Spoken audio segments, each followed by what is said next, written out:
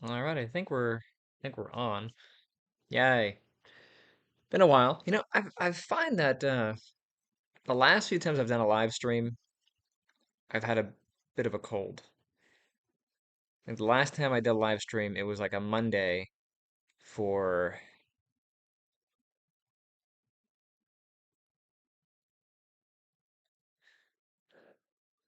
what do we have? Maybe it was like a hurricane day, but we had like a couple days off. It was like a Monday and Tuesday we had off. And I decided to live stream, and my throat was scratchy. And then all of a sudden, things happened. Anyway, we're here. I'm working with Seldin here, trying to get him um, rigged up. So I've made several different versions of Seldin throughout the years, and I've made different rigs for him. And I have a game that I've been building in Unreal 4, but I want to move everything over to Unreal 5 now that it's out, and I want to redo his rig because I want to make it motion capture compatible and a few other things. So here's me just kind of like um, shimming around and working on this. I guess I could show off the game. Do I even have it on here? Um, Let me close the Photoshop thing.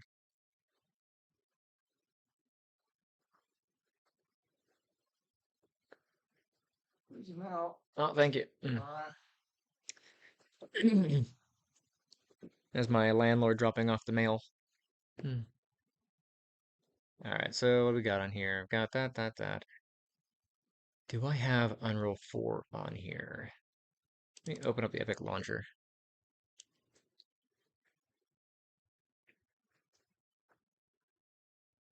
And I guess I'll refresh the page on here. I'm so cheating. I'm using my wife's desktop, which is right next to me, so that I can see what's going on here. Um, I wonder why the live. There it is. Okay, I have to mute her side of things.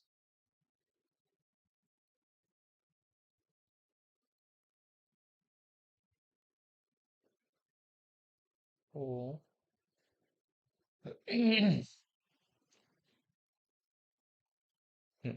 This way I can see the chat. All right, so I've got Unreal 4.27. Let's see if I can launch the game here. I've got like a million things. I really need to clear this out. Like most of the stuff I will never use. It's like starter projects and some metahumans and whatever not. Sequencer, this is really good for if you ever want to use any lighting. It's a really good example of lighting in Unreal. Where is this? I know it's on here because I played it.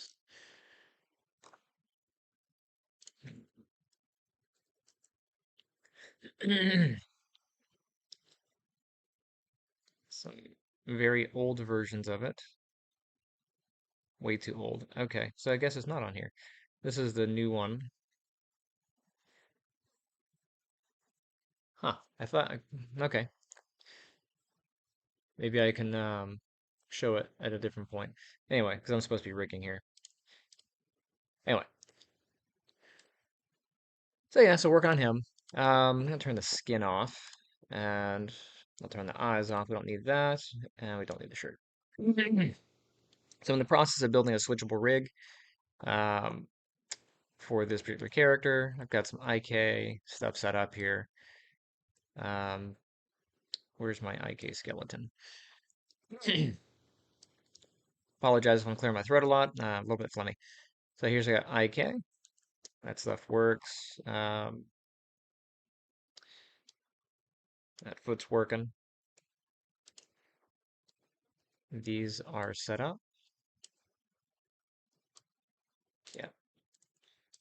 All right, next thing on my list, I should have my left and right knee controls.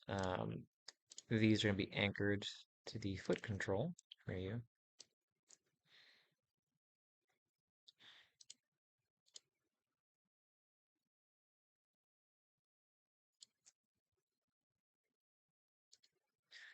And these are just so that when I make the rig switchable, these have targets to go to, and there's a That's that anchor point that I want this to target back to when I'm switching pieces of the rig here.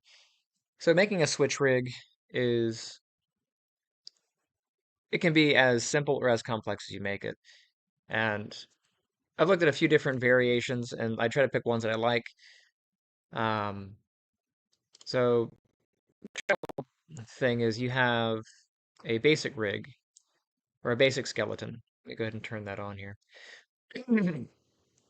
So this is your bind skeleton. So the skeleton that is bound to the character that has all the skin weights and all that stuff. You want that to be as clean as possible when you send it over into the game engine. Um, so typically when you make a rig, you you set up various constraints to allow different parts to move. So for example, if I go back to the IK, this handle is constrained to this IK handle here, and I can do some movement. Okay, that's all a rig does. It makes a little bit life a little bit easier for the animator when they're doing their thing. But every time you set up a controller or something that manipulates another object, there's a relationship. So if I grab that IK handle, you can see there's a relationship here um, that's kind of highlighted in blue. This is saying, hey, these values are um, attributed somewhere else. And you don't want that stuff to kind of go back onto the main rig, back to like Unreal or Unity or whatever. It's just easier to have that stuff a bit cleaner because the more stuff that's on there, the more bloated the size is going to be, and then that stuff can potentially cause interference later on down the line when you're trying to do animation because when something's already being controlled by something else, it doesn't always want to accept influence from another thing. It's usually a one-way street. So if you can have as few influences as possible, it works out better for you. Anyway, so with the switch rig, what you generally do is you make um, a main skeleton that everything's bound to for the skin. All your skin weights are bound to that. And then you have additional skeletons that are more simplified. So let me get rid of that. So my FK skeleton and my IK skeletons, they look identical. So if I move that one to this one, they look the same. The difference is what's hooked up to them. So my IK skeleton has the IK stuff hooked up to it, and it has the IK behaviors hooked up to it. Um, my FK skeleton, let me turn off my IK controls here. Actually, I don't have those on a group yet. Um, my FK stuff will be linked up to the FK skeleton, which I don't think it currently is, but this is how it would behave. And you can grab various points and do whatever on it, and then kind of like that. And then what you do is you set up a relationship between your three skeletons. You have your IK, your FK, and then your main one, and you say, hey, whenever I'm on this one, this is the one that's being influenced, and you split the influence of IK and FK to your main skeleton, and you blend that out, which is what this is doing. Um, again, it has to do with, or it can be as complex or as simple as you want it. And I need it to work for the game. I don't need a lot of specialty things, so I'm trying to simplify this a bit more. And the next thing on my list here is what we got. I need to build the spine. I think all the arms are, I think the arms are hooked up. I need to do the shoulders and the neck. Also, I need to do some separation. So like on the main skeleton, um, the hand and the and the face, they need to be sort of their own thing so that I can do some space swapping. Because if I'm using IK or FK, I still want to have access to my hands, but you don't really have IK hands or FK hands. It's you could do that. I'm not going to. I'm just going to have one method for working in the hand one method for working the face. So I have a face board. If I turn my stuff back on, I've kind of got a face board up here um, that follows my character, and I can manipulate this stuff. Sometimes your face board's off to the side or whatever. I just made it as part of the character. Um, but this whole section um, from from this part up needs to be able to switch priority from the main skeleton to the IK skeleton to the FK skeleton, and same thing with the hand. From here on the hand over with all the hand controls that are on the FK. Where are you at?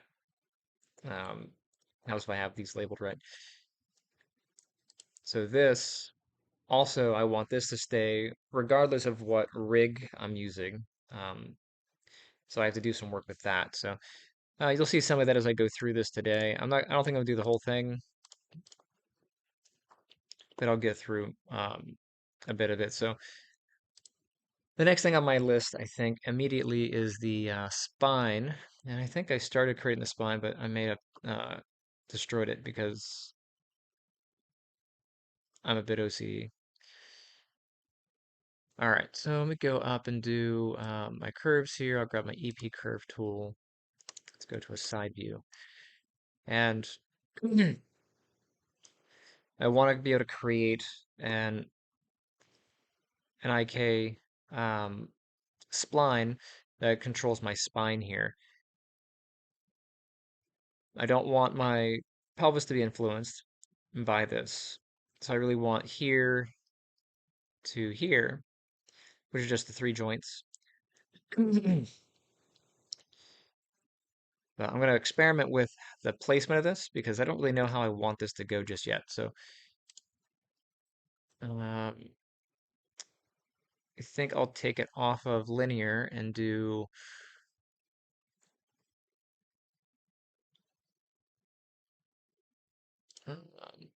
I guess we'll do the 3 cubic. Whoops. Helps if I actually look at what I'm doing here.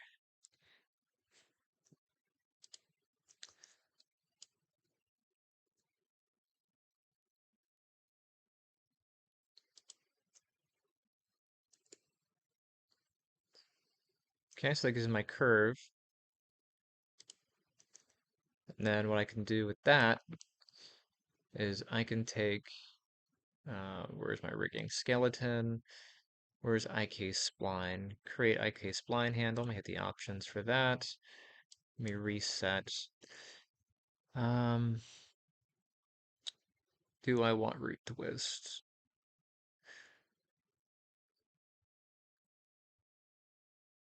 And do I want to auto parent? I don't think I want to auto parent. I don't want to auto create the curve, and I don't think I want to auto parent in this case. Type linear. I'll keep it linear for now.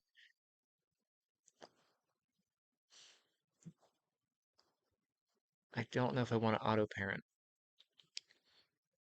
Not that it matters, you can unparent later. All right, so I need the um, starting position, and I actually want to start. I might not want to start from the pelvis. Then I need my curve. Okay, that should create a little handle for me. And what that handle does, where are you at?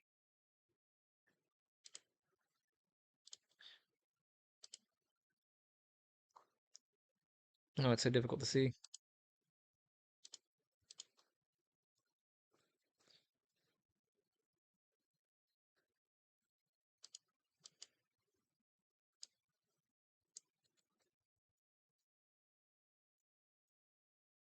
Boy,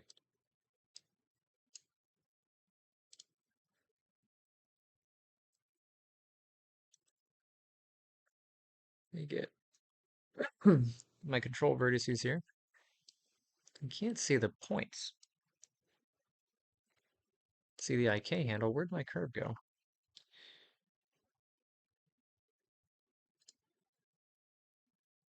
There's my handle.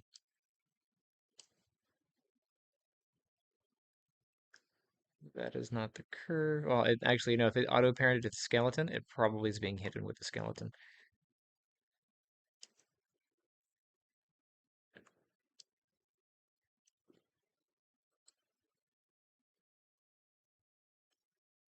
Yeah, I don't know where it went. All right, I'm gonna Control Z that a few times and see where that thing went.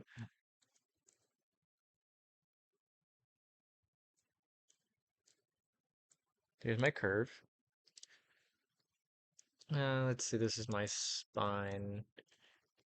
Bum, bum, bum, bum. Control. This is gonna be IK. It's good to name stuff. I think I'm gonna turn auto parent off this time.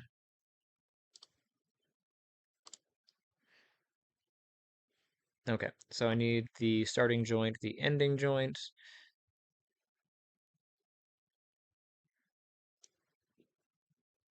Mm.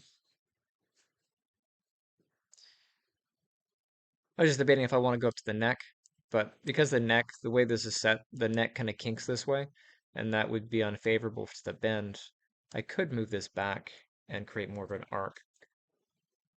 Because I want him to bend forward, but I want to have independent control over the neck joint. So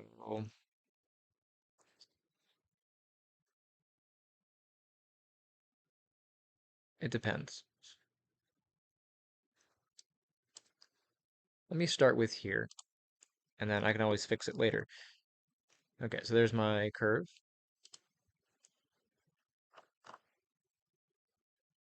Okay, and there's my spine IK. There's my curve, and then here. And then I'm going to turn my skeleton off. And the reason why I want to be able to have my IK is, or sorry, have my spline here. Let me turn that tool off.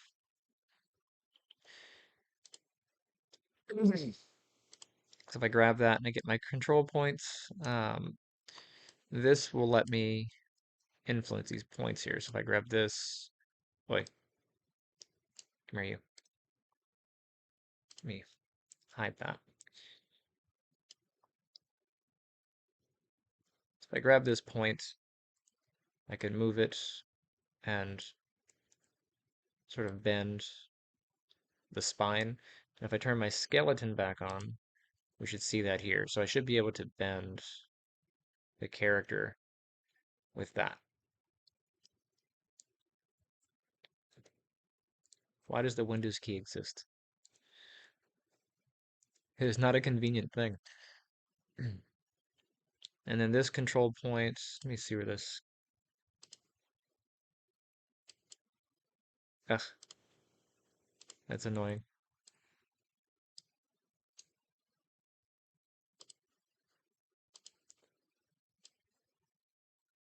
So that shifts him like that.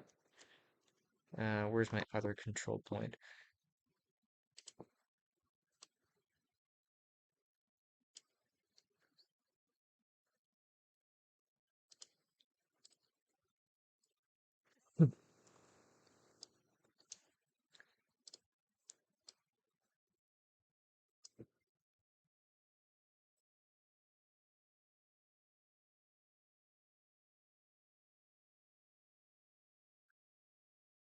Okay.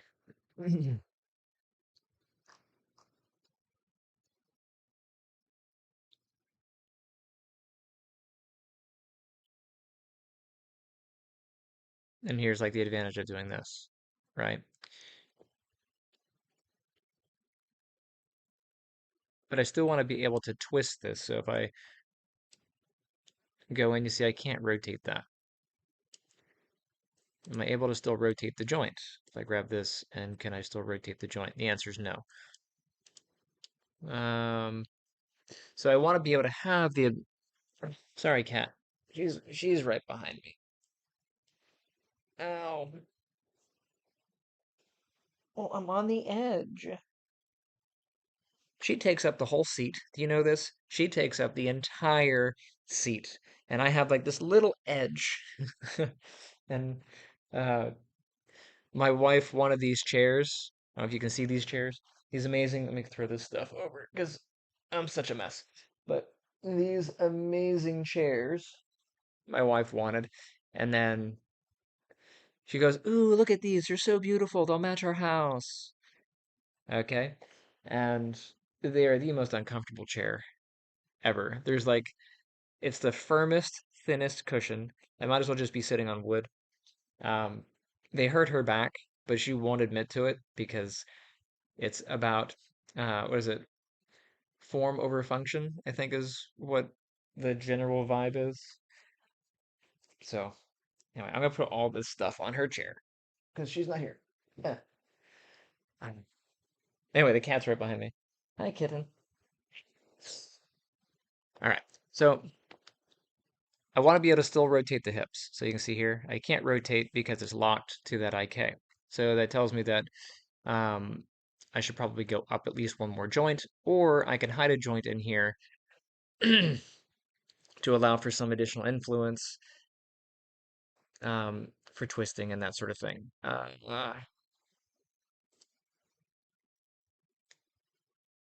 don't wanna. I do like the amount of play that I get though.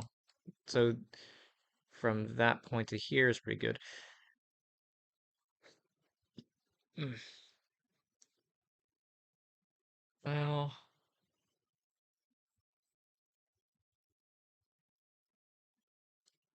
there was a guy who had a spine rig that I really liked, and he used to go. And I don't know everything. I tell my kids that, when I'm teaching, I don't know everything.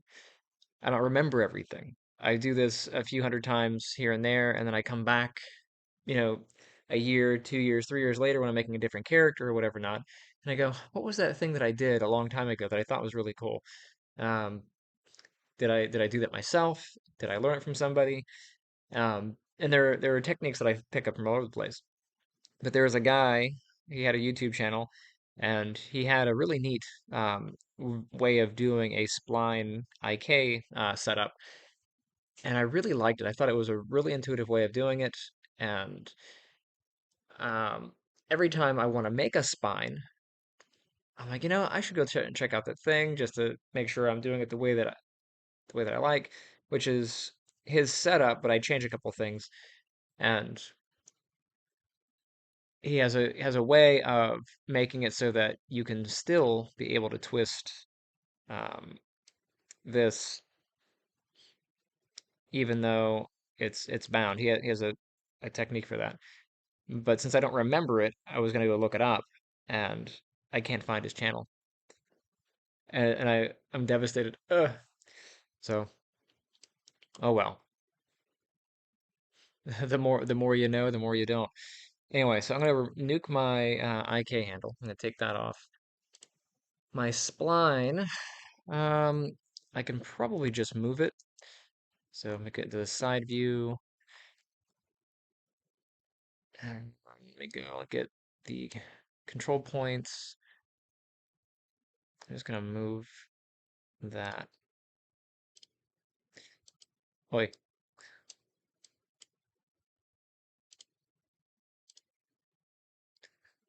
let me go ahead and just snap this to here. Make sure I'm not collapsing my IK.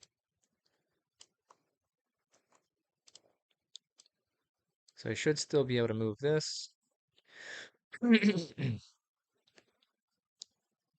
um, and that one's anchored to there.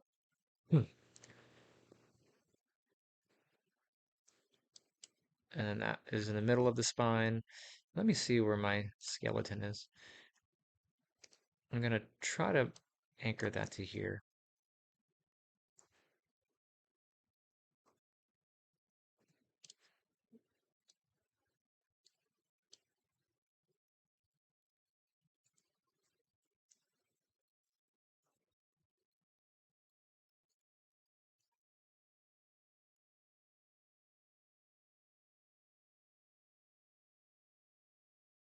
Because realistically,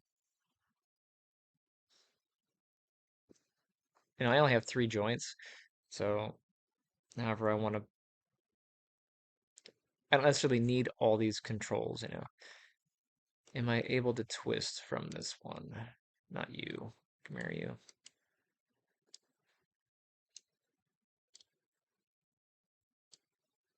It's basically a single vertex. But let me see if I make a cluster from this, see if I can move the cluster. Oh, where is it under? It's under deform. Cluster. Let's make a cluster from you. Can I just spin the cluster? I think so. Yeah, I can move the cluster here.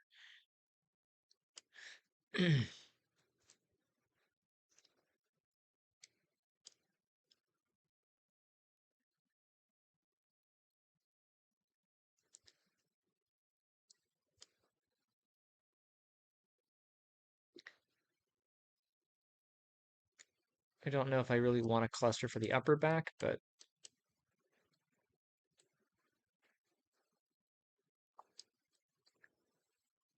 I guess I can take this point. Where's the middle back? This one.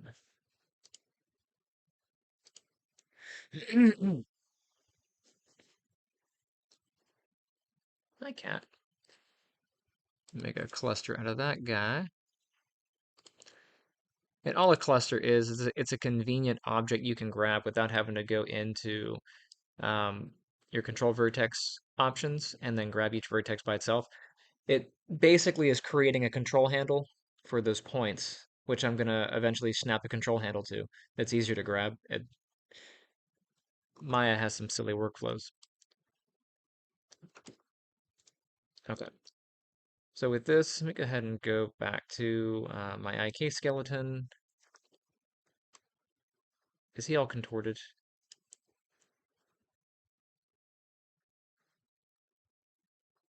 Oh, geez. That's not cool.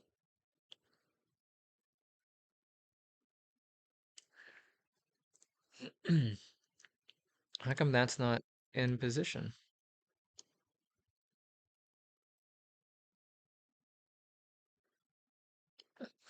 Before I started, it was totally working. Okay. Well, we'll go back.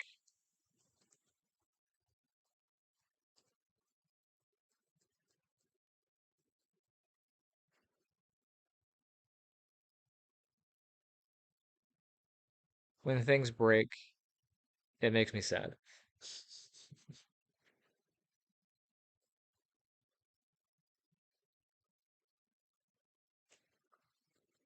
All right, I'm just gonna open this. Um, where are we at? We're under Seldin. Um, simple. Hey, don't be a jerk.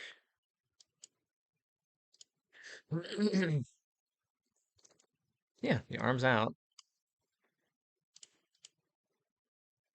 Let's turn that IK skeleton back on.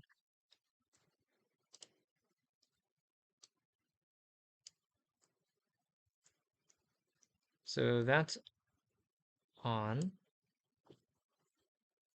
but not controlling, and this one does control. Interesting. I could have sworn I hooked this up before I started.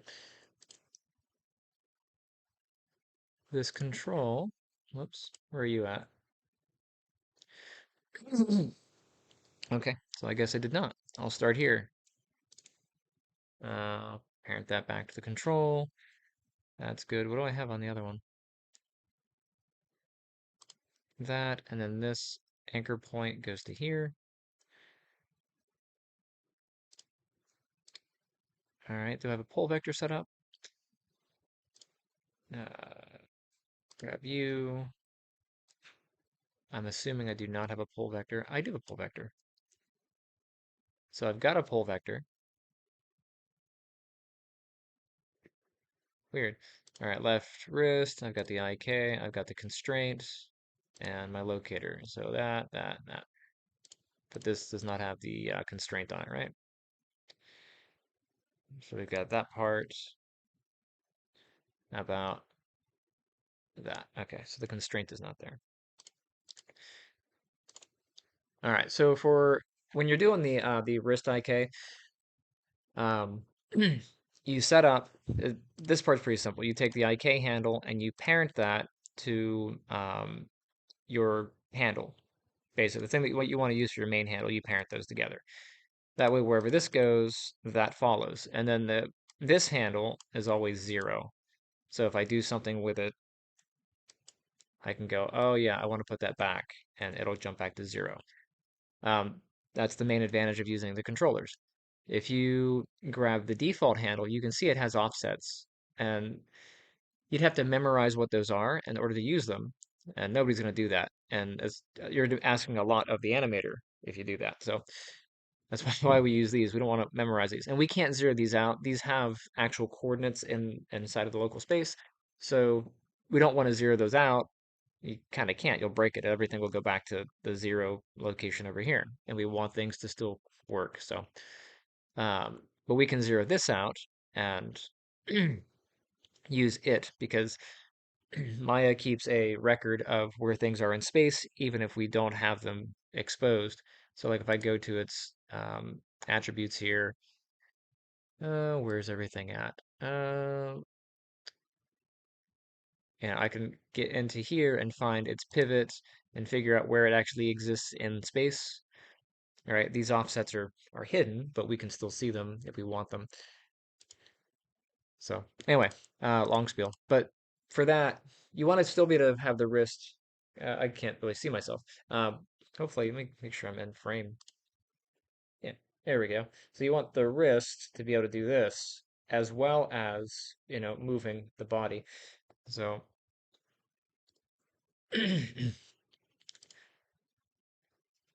um, the joint itself is being controlled by the IK handle for its position, left, right, up, and down.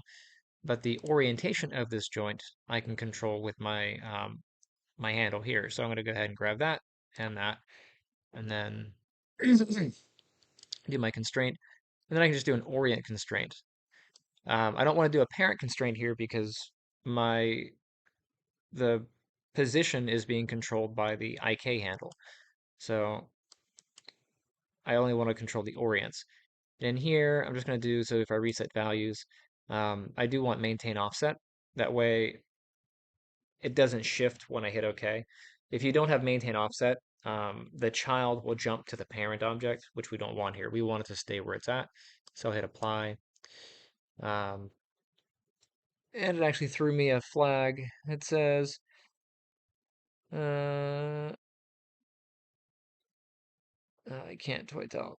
Line 1 flags must come before offsets or something. Objects.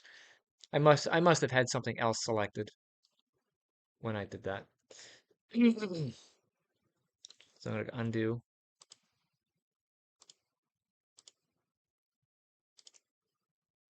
So there we go. I must have had something else selected. There we go. So there's that. And now I should be able to rotate that joint on the wrist, but I can also still move it. Yay. So those are good. Let's go back and redo my spine. Um, maybe I should put an extra joint in there. Put like a joint just above the pelvis as sort of like a starting position. You can bend in the lower abdomen pretty good up until the rib cage, so I can always throw something in.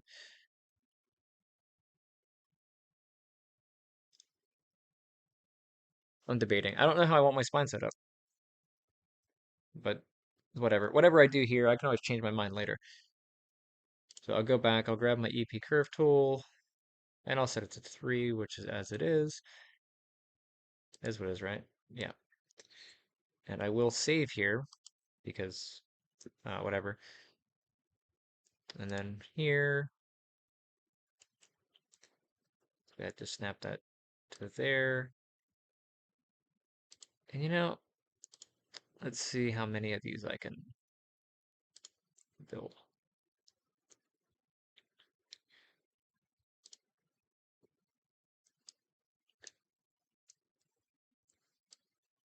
There we go.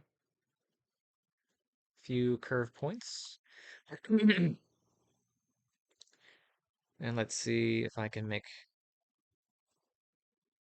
um, it's gonna be my spine control. Okay. Let's turn on that guy. Let's get this guy, create handle.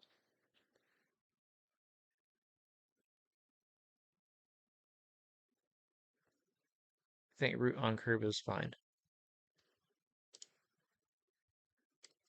One, a two.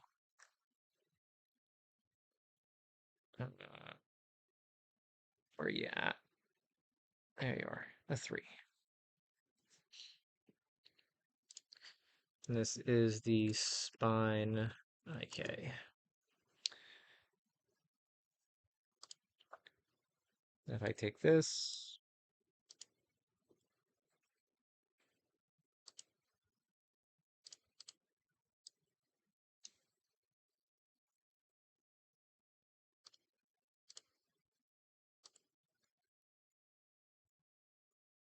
that's so annoying.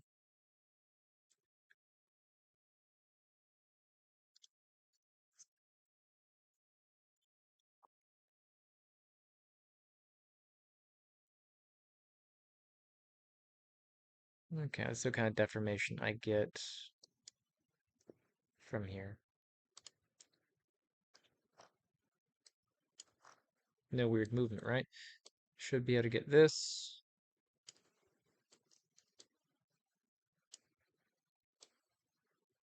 Oh, that's really bizarre. If I get that one as well.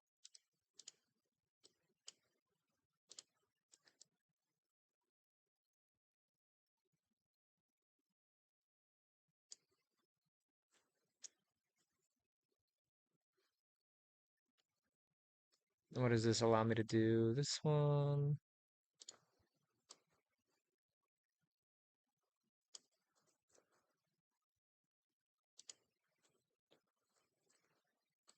What do you let me do?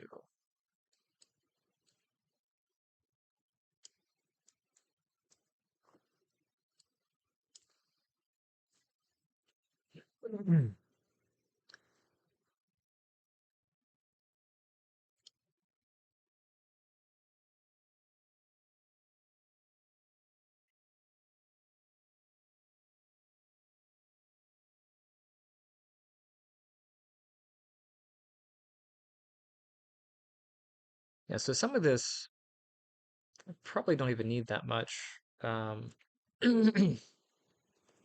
play. Can I turn? Not a whole lot.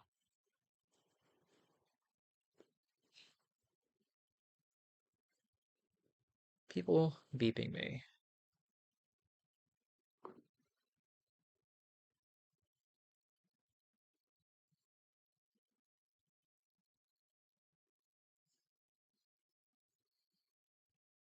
All right, let's see what they said. Hmm.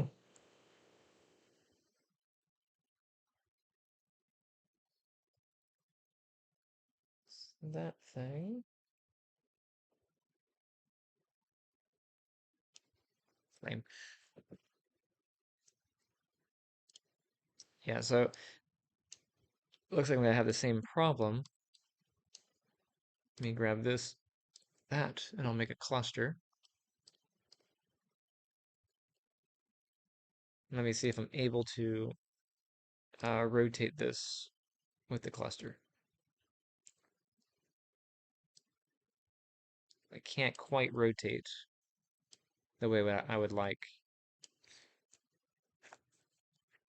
So yeah, I'm probably gonna have to go up to the next spine or the next joint. I really want to have some control in here, but I don't want to add an extra joint in here.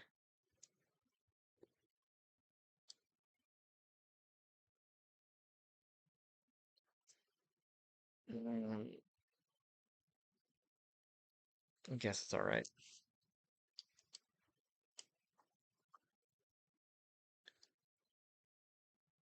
So let's nuke these. They're all at 0, right? I'm usually pretty good at control Zing um, back, but yeah, it looks like I'm gonna have to definitely go from that one. I won't get as nice of an arc, from here to here. The the spine's IK is not as crucial. I don't use it a lot. I'm usually just do FK movement with the spine, but there are some reasons to have it, and especially like here, being able to swivel the hips is kind of nice, and then you know this kind of motion is great. So I guess I'll just do it all off of that one. So I'll go here, and I don't really need to add a. Why is the Windows key a thing? I don't really need a central point, but I'm going to add one anyway. Here, and then I'll do one here. By the way, I'm holding V and clicking. That way I can snap to the point there, if that helps people. Spine, control, and this is the IK. And then once again, I will go through the process of making that.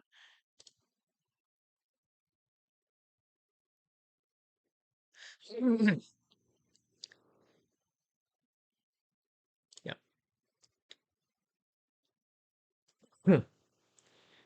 So I'm going to go down from here this time, and then to there. And then I need, lastly, to select my curve, which is right there. Now, if you use the default setup, it will create an IK spline for you and parent it and all that stuff. But if you want to have custom controls, this is what you do. You turn those settings off and you do it by hand. And the advantage is you can adjust how the influence is going to be for your particular rig, which is why I'm doing it this way. Anyway, this is my spine IK, and having good naming conventions is also helpful. All right, and then what do I want for this thing? Let me hide you. All right.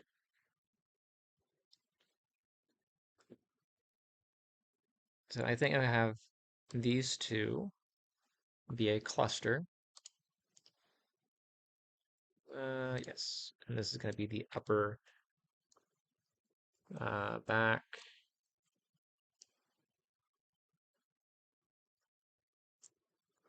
Let me do it this way. I'll do it spine underscore upper underscore cluster. That way, in my naming convention, I can find it under spine.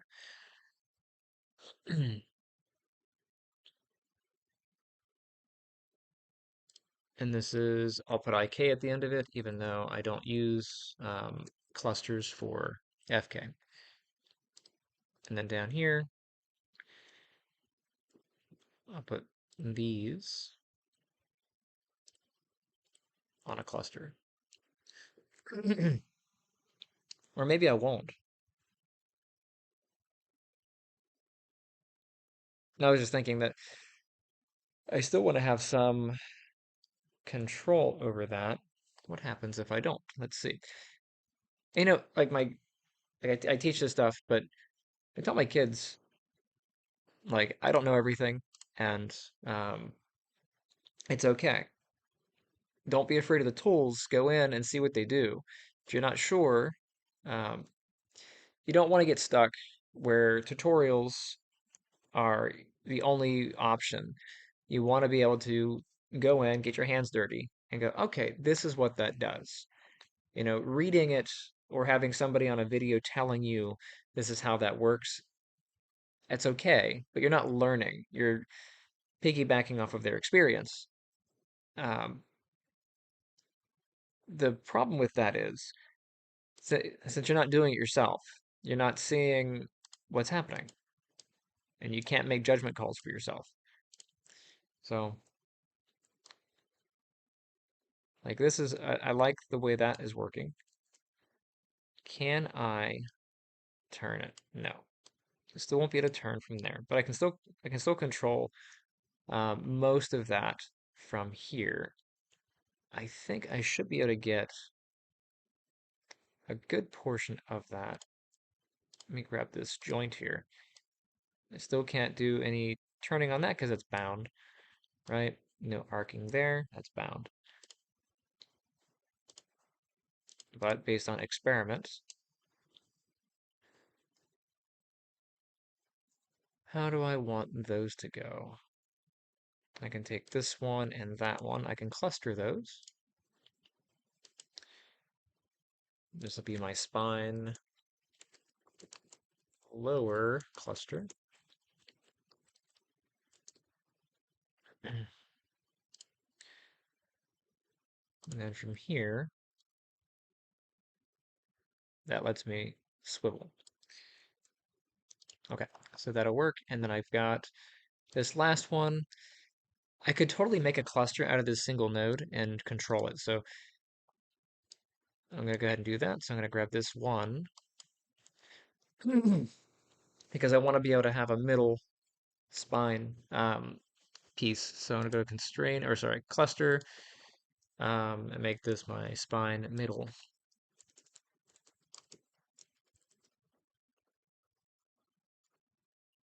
And this is again for the IK.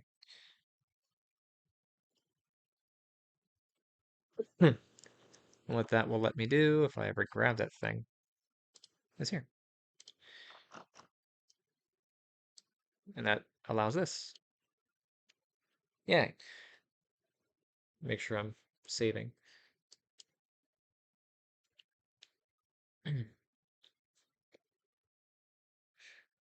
All right, so I've got that. Got those in. How do I want to set up my spine?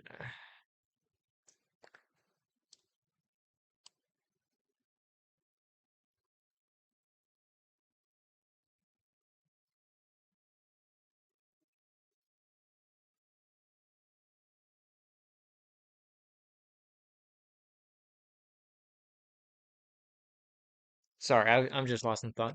Um, Planning ahead, seeing what's gonna matter, what's not gonna matter for this particular rig.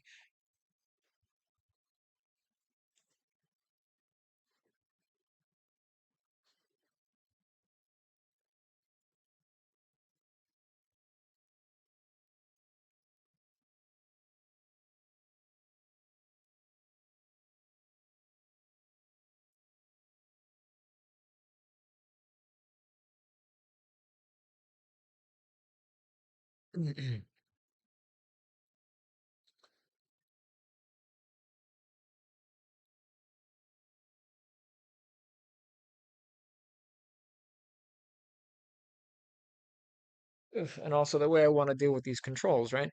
So like,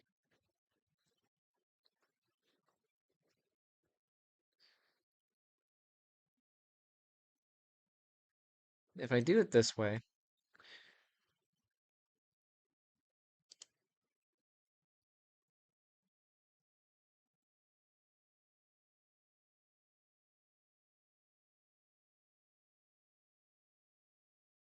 I can still rotate off the main body, right?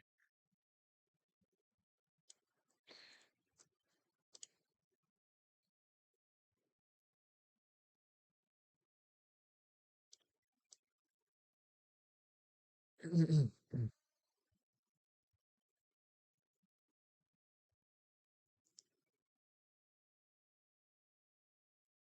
that one will control the upper section of the shoulders.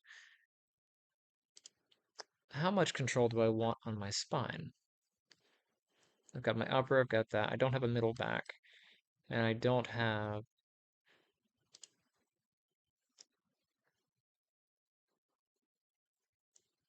I don't think I have the swivel hip set. Nope, that'll work.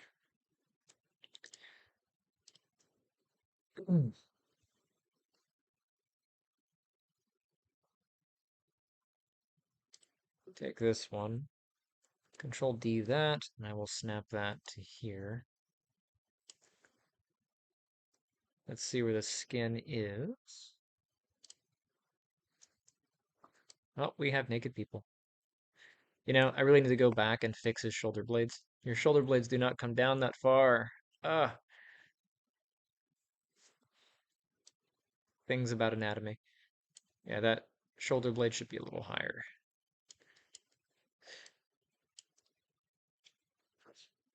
But yeah, so we should be good there. Now, one thing, when you make your controls, it's good to have your IK and FK controls be distinct from each other so that you know when you're working with them. In this particular case, they're both round, so I'm going to do a little bit of cosmetic alteration for my IKs, just so I know what's going on. And this one's anchored to there. Let me grab the control points. Maybe I'll square these off. Or I could just make my own square and actually square these. Yeah, I think that would be cool.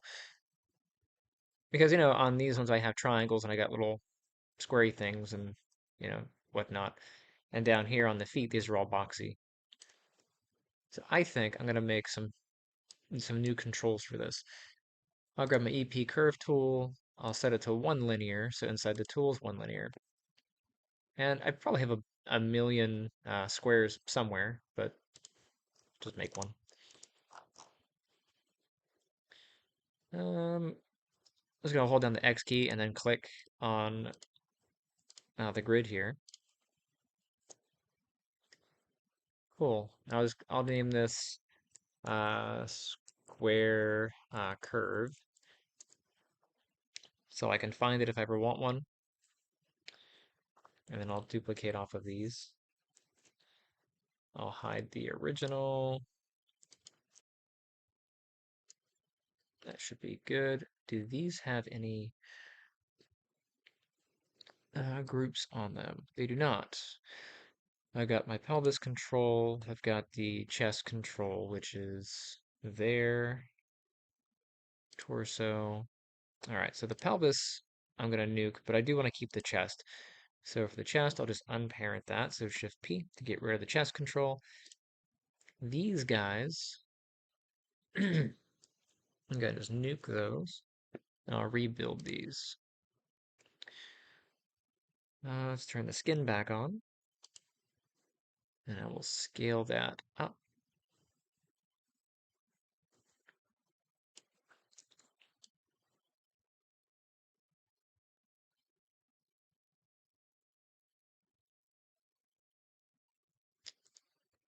Put his pants on. Put some pants on. There he is. What about when he's got the, where's the shirt at? Okay.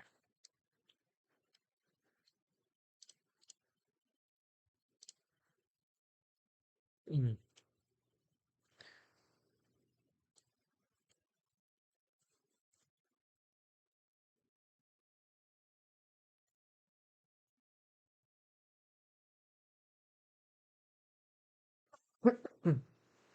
Mm. I could make like another one of them things, but that's fine. I think this is fine. Talk to myself over here.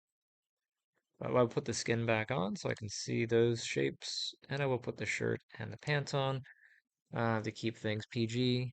And I mean, it's not like he's got anything to show off. But anyway, I'm gonna shrink this down so it's about yay big, and then I'll shrink this down to about there.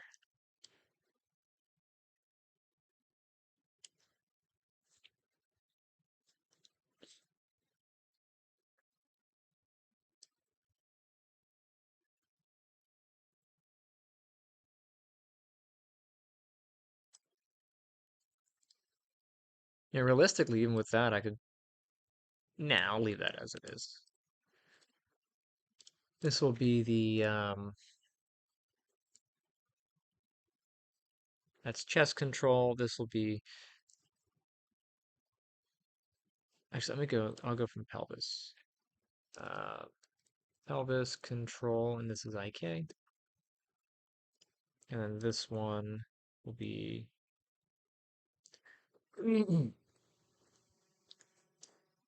uh, lower, I'll do spine, lower control, and then IK.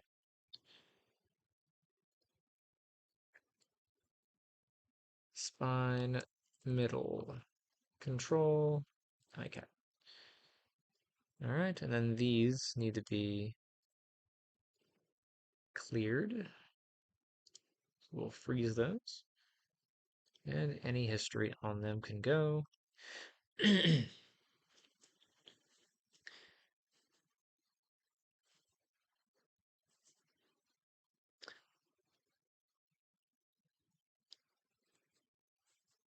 Now, unlike your FK control, so normally you would have this be parented to that, and that be parented to that, and that be parented to that. But these can kind of move freely with an IK. So I'm just going to parent all of these to the pelvis, and then the pelvis will be the main thing that kind of turns everything, but they'll be independent of that. And I'm debating whether or not I want to have any offset groups. I have some offset groups to the feet. I don't really have any on the knees. Do I need them? As the question. So for my FK, which I really should label this, this is all FK stuff. Um, these all have offset groups. I don't necessarily need them on the IKs, so maybe not. So an advantage of an offset group, let me go ahead and just save what I've got. Um, what that does, let me go ahead and just create a group. I'll just make Control G to make an empty group, and I'll put that group like way over here. Okay. So here's my group. Groups are invisible. I'll just call this, this is null. I'll call it test offset group. Okay, and then let me grab one of my curves here. Where is my square curve? I'll just duplicate that and I'll make it visible. And I'm gonna, since I don't really know, let me go ahead and just send the pivot on that. Since I don't know where this group is, I'm just gonna go ahead and just grab it and let's do a constrain parent, and I will not maintain offset. So this, actually, I don't even have to do that. Um, that's a very old method of doing things. Um, I can actually just go up to modify and then match transforms. So I'll just go ahead and match, which does the exact same thing as what I was going to do, but that's a shorter option. If you don't maintain offset, it'll match. Okay, so this is where this is.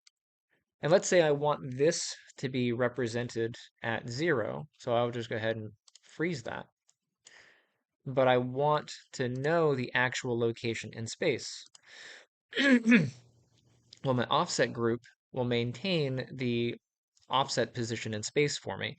And I can take this and then parent it back. So whenever I select um, this guy, I can have him be 0. So I'll just go ahead and freeze him on there. Um, freeze him. And then on the actual group itself, you can see the position is there. And if I take him and I go, hey, I'm moving all over the place, my offset group back here maintains that position.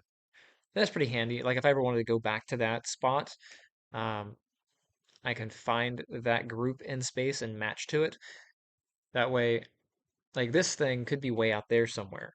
But if I say, hey, if I go back to its group, I can find it. So that can be pretty handy sometimes. But that's what all that is. Bye bye. Okay. Do I need offset groups? And the short answer is I probably don't because if I match any of those transforms, it's really, I'm going to be matching from joint to joint, so I don't think I need to. Okay, so this is the pelvis, and that's that. So I'll take this. I'll take this then. If you know what that's from, you're awesome. And I'll just parent those. So that gets all of them, but each one of these is individual and independent. And then you guys are all there. This needs to be parented to this main control.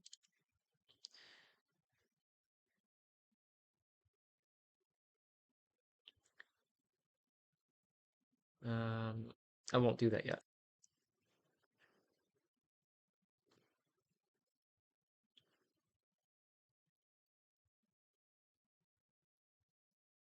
What else do I need? Oh, I need to actually hook up those clusters. So I grab this and I will get the lower back cluster. I actually want to turn that skeleton off. This and lower back cluster. All right, I'll just do it from here. Uh, lower back cluster. And then constrain, and I will do a parent constraint, but I will maintain offset, and so I'll apply that.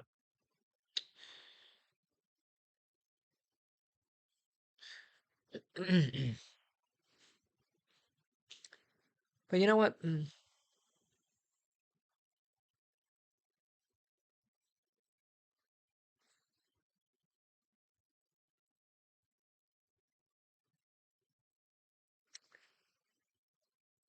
Yeah, undo. So there's a difference between parenting and using parent constraints. The big difference is when you parent an object, it physically becomes a child of another object. When you parent constraint something, it will have the behavior of though another object is its parent, but you can officially have it be the child of something else. So my debate here is I can use constraints on these, right? But I ultimately do want these clusters to be somewhere else because I'm not likely to hand this off to an animator, but if I ever did, I would want it to be a little bit nicer to look at. There's a bunch of stuff in here. I could create a thing for it. It doesn't really matter. But I think if I just take this uh, lower cluster here and I go down to my lower back control, I should just be able to parent without breaking it. So now what Maya might do is auto group some of this stuff, which it doesn't really need to do, but we'll see what happens. So I'll go ahead and do that. And you'll see, it looks like Maya did auto group um, those.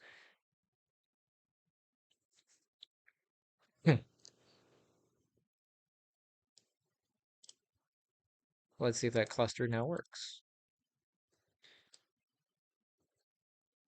Oh, let me turn the skin off because that's not actually applied. And we'll put the skeleton back on.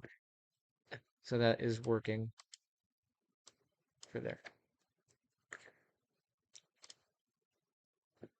And it did create an offset group. So do I need the offset group? So this is already 0, and that's to that, and this is to there. So I probably don't need the offset group, so I'm going to move this directly to the spine, and then I will see if it behaves the same.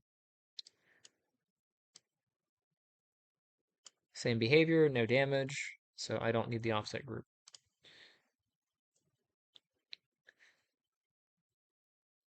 Cool. And then for the upper back, I'm going to middle mouse click and drag. And what's kind of neat is where's my upper back control? Oh, that's on my chest. Look, if I middle mouse drag into there, Maya doesn't create the offset group. I don't know why one does one and one does the other, but it's probably a setting somewhere. And I'll just middle mouse that to the middle spine. But now I can very conveniently grab these, do a little dance. Do do do do do do do do. Yeah. And I can of course move these up and down. Since my guy doesn't have a whole lot of deflection on some of these, like on this middle one, no big deal. But if I were to grab this one, you can see that shifts the spine some. The more curve you have in the spine, the more deformation, or the more it will deform from that. So just an FYI. When I made his spine, I did this weird kink forward, and I could work it out, but meh, it's whatever. The goal was, when I built him, to do a very central volume. So the body kind of comes up like this, and I wanted to centralize these. So when you put your joints in, your general goal is to get a central volume versus moving it to where it would locally be in the body. So you can go up like along here, and when you bend these, it will try to bend closer to some anatomy. It really depends on your workflow or what you're going for. Like here, I wanted my shoulder joints or my collarbone joints to sit really inside here to control this area. But your collarbone really is in the front. So a lot of folks will actually move these up front, and you'll get a little bit more shift on the front of the collarbone, but it'll still control the back, but you'll have a little bit more influence on the front. I generally try to go center. That's just who I be. And then for like this middle spine joint here, I could move it back to follow the curve, right? But I wanted to have central control. So I moved it more center of the body. And that was my logic. Um, but it does create this awkward kink in the spine, which means that when the character bends forward, I'm not going to have a lot of adjustment on that neck joint. But people don't bend from here to here. We just don't really. We have spine joints, and yeah, our ribs do move a little bit, but not enough to be entirely noticeable. So I made a judgment call there. But that's why that's as it is. All right, let me go ahead and hopefully I've got all those. No additional damage for that. Nope. All right. So those are in, that's in, and that is in. That's there. Okay. And then this spine, before I wiggle that around, we'll find out what that's doing. So you, of course, I shouldn't have any um, real ability to move that, but we'll see if I can break it. I totally can. All right.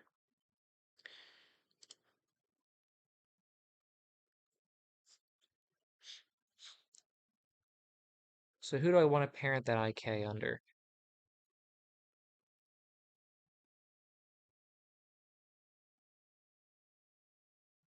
What's the order of operations here?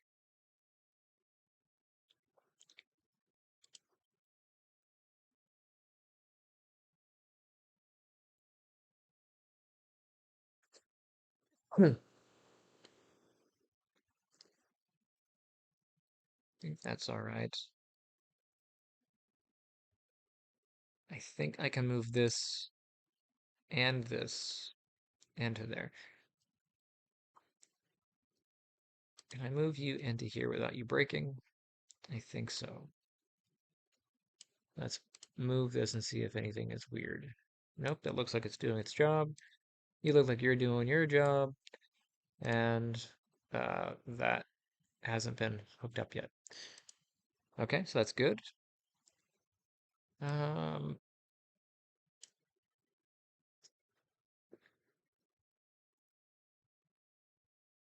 and then this spine control, I'm going to put that right under the pelvis. Can I do it without it breaking? Behavior looks correct.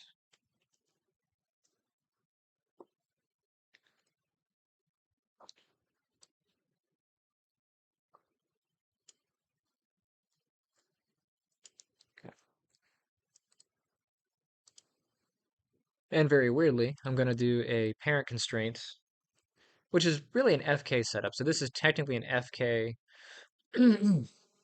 um, thing here, even though it's on an IK skeleton, but I'm going to parent constraint this guy to here. Um,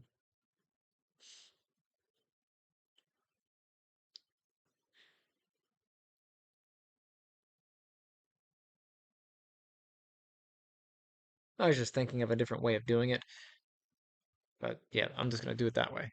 And it's my skeleton. I can do what I want. So constraint, parent constraint. I do want movement and orientation. I'll maintain offset to that. So now this should do that. And I should also still be able to go up and down like I'm jumping.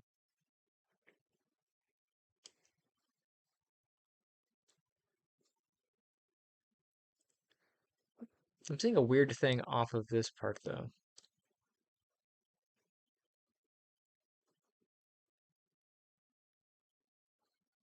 No, I think that's fine.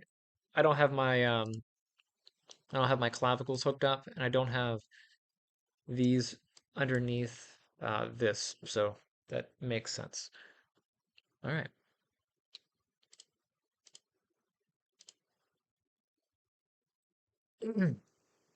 Downside about live streaming in the morning is nobody's awake, or people are working. All of you people who have regular jobs are out there doing normal things right now.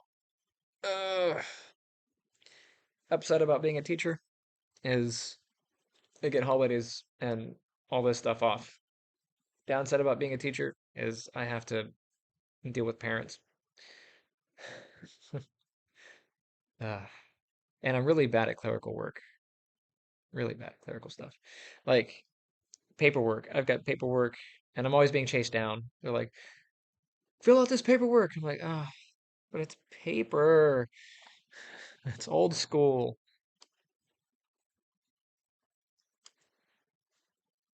No, I like teaching. There are pros and cons to everything you do. One of the cons about being a teacher is, um, again, dealing with parents because parents have their own view about what happens with their kid, and that's rightfully so. Where that becomes an issue is when when parents think that their kid is special uh, for no other reason than the fact that it's their kid, and you want to try to keep things fair across the board. So that makes things complicated because like, oh well, little Timmy should not have been given an F for his absence on that day because he wasn't there. I was like, right, he wasn't there, which means he didn't do the work. So until he does the work, it's going to be an F. I don't know what to tell you. But they want me to magically undo that. And the answer is no. And a lot of parents don't teach discipline either. And I'm not a parent of your kid, so I don't want to have to do the discipline thing, you know? I shouldn't have to, but there's that. And then the other side of that is a lot of politics, or a lot of politics in education, which I didn't realize. Like, there's politics everywhere, but there's a lot of politics in education. Um, Especially right now, like if you're a teacher in Florida, I guess it's everywhere now, but particularly in Florida, there's a lot of things you can and cannot do. And all I want to do is teach my kids. I don't want to have to walk on eggshells because now Google has a different privacy policy than our school, our county or whatever. And like it's like, well, Google is an independent company. They don't have to do anything in compliance with the school board. There's no law that says they have to. Um, but the school board is trying to like political their hands into you know, other companies, other venues, and be like, hey, you must comply with us. And the answer is no. Um, so there's a lot of politics, but then those politics play in the way that we can teach, which is annoying. We just want to teach.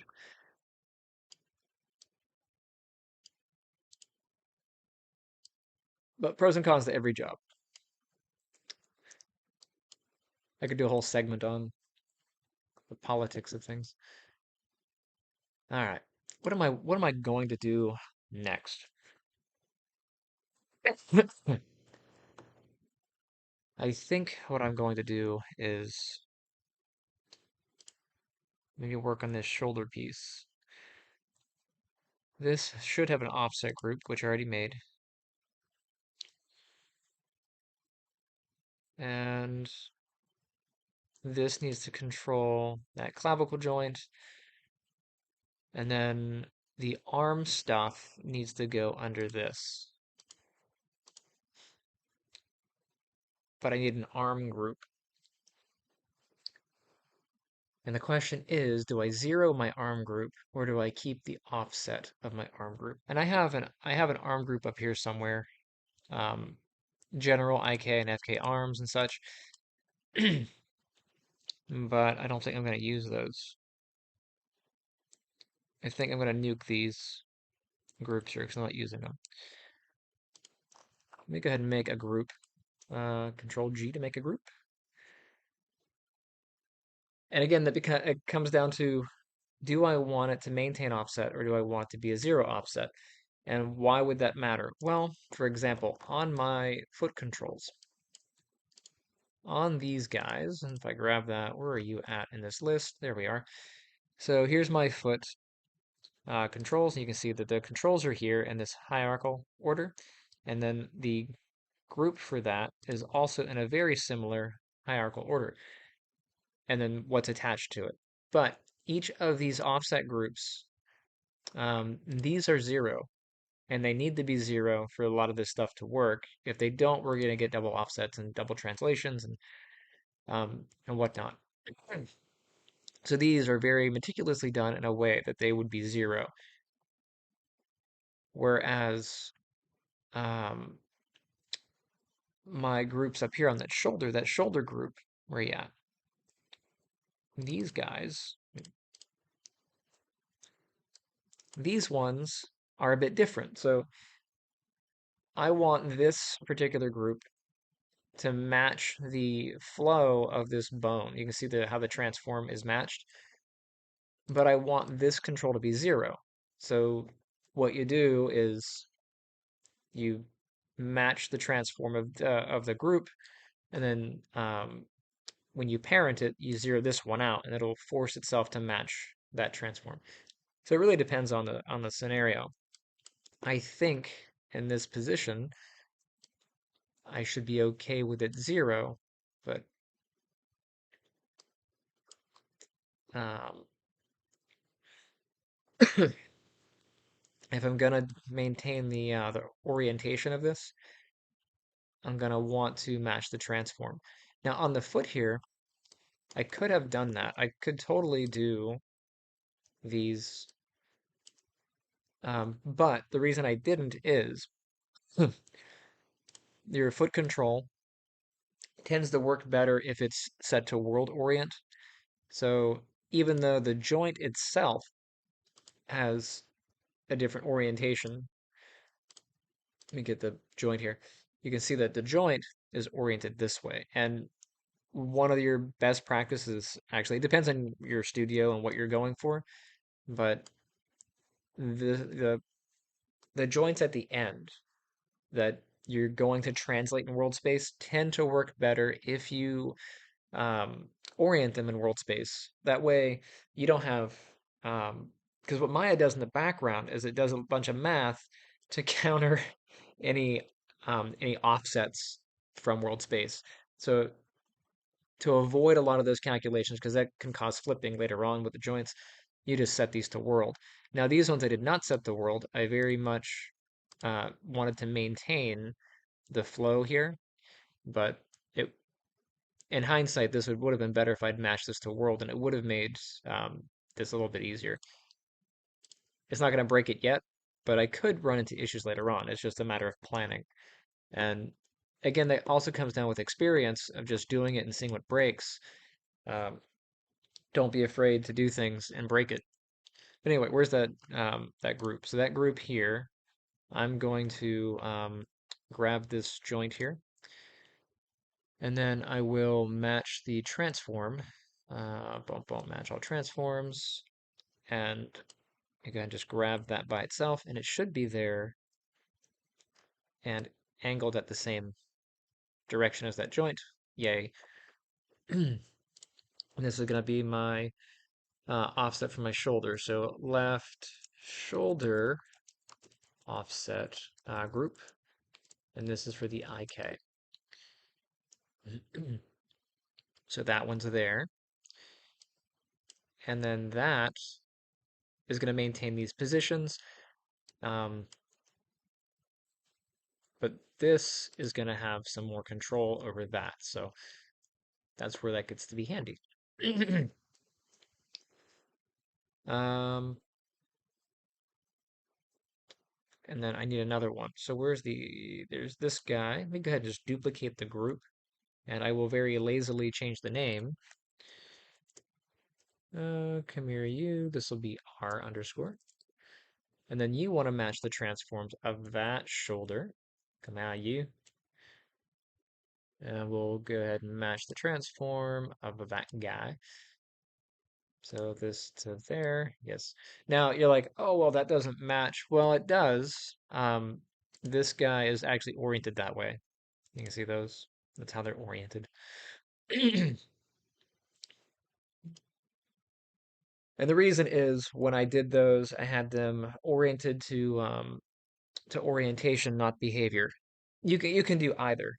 Um, if you want to have mimic behavior. I prefer orientation. Um, I don't have a guaranteed answer, but my experience shows that if I do it based on behavior, um, when I want to mirror animations across, I get weird results. Whereas if I match it to um, the orientation, then it tends to work a little bit better. And I can probably show an example of that. Um, make save, and I'll make a skeleton here. Actually, I can just duplicate one of my skeletons, right? Where's my OG?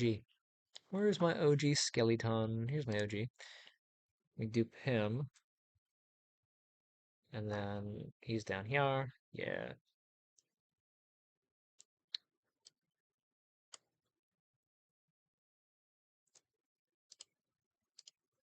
Is he hidden? He's hidden. Okay. Let me turn off those. Let me grab my controls here. I'll just hide those. All right, so here's my copy of my OG skeleton. Let me go ahead and just remove from the group there. So here's this. And if I were to select all of hierarchy and then turn on the local axis visibility, you can see the orientation of the joints. Okay. And let me just murder this side. So right now these are set to orientation. So like if I do this at 90 degrees, 45, we'll do 45, positive. Positive 45. And if I take this one, then to get the same thing, look at that. If I throw a positive 45 in on this side, I can throw a positive 45 in on this side, and I'm going to have the same thing. Okay. Whereas if I wanted this to be a negative across, um, it would give me this, right? And that all is based on how you orient your joints. I wanted it so that when I plug a value in, I can just flip the side. So let me go ahead and just, so if I didn't cancel something out, but I'll go ahead and just zero this out. And if I were to take him, skeleton mirror joints, Yeah, I'll search for L underscore and I'll replace with R underscore. And you have a couple options in here. You have behavior and orientation. So if I hit behavior, okay, we end up with that was a really um, bad one. Let me go ahead and just do it from this side. Okay, so here's this, and you can see that. So I should be able to 45 and 45. Yeah, close enough, right?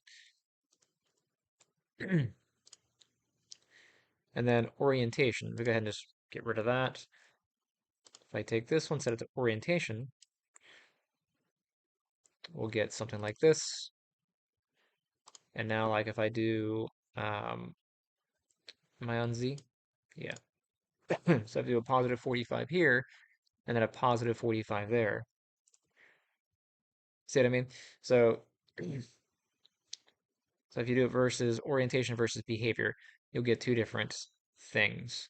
So the way that I did it, um, I said earlier I did orientation, but I actually I matched behavior. So you can see that here. So on that side, I'd have to do a negative to get the same result, and I wanted consistency. So, um, but yeah, that's why I did that way. So there's the OG skeleton, and there it went. All right. So where was I at? I was doing shoulders, and I'll put my controls back on. I really should put a group up here. There's FK rig.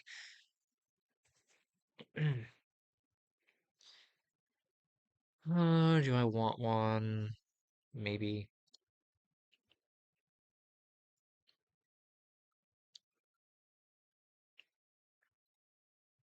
All right. So where was I at? Here I got the group, and that's been named and that's been set. All right. Anything broken? Anything weird?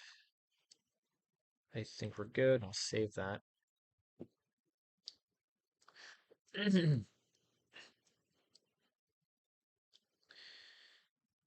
Okay. So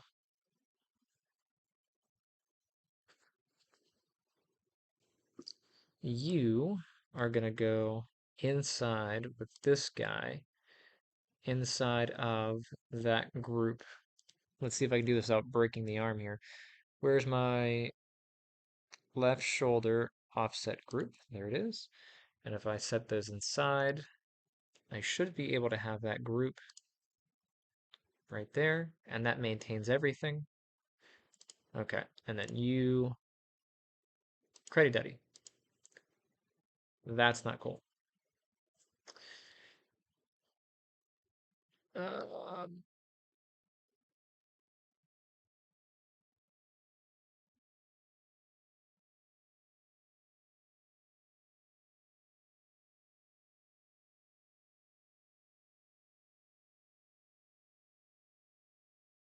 hmm. Oh, oof. So that's not good because these have gotten some stuffs on them. That's not that's not cool. I want those to be zero. Okay.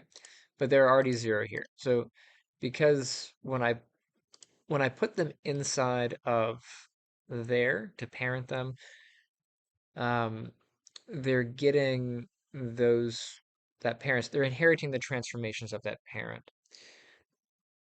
Couple of things I can do. I can try freezing them once I've moved them in to parent them. But because they have children on them, that could break the children. In previous versions of Maya, that most certainly would break the children. I think in some of the newer version that doesn't break it as often, but we'll try that. Another option could be um,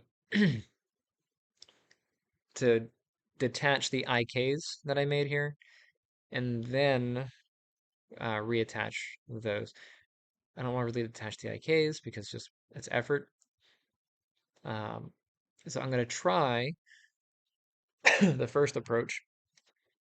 Another possibility is I could create an empty group that is a 0 offset and then move it into there and let him inherit from the parent. But I think that would ultimately pass it down. So we grab these again, and I will try parenting again. Okay. Yay.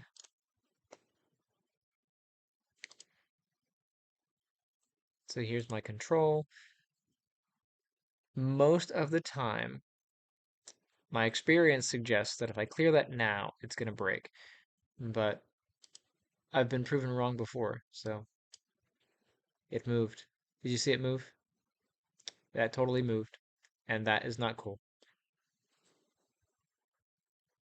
Ah, that's so bad. And what's really bad is sometimes it breaks to a point that you can't control Z it. So I'm a little scared about moving this right now. But I don't know if you saw that. I'm gonna go ahead and just move that back. Look, this is how it pointy point. Okay. Once I clear, that moves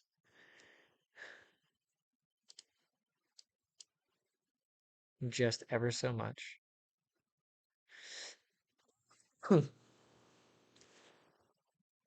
Let's see. Behavior looks good, but I can't allow that movement because that could be a problem. Look,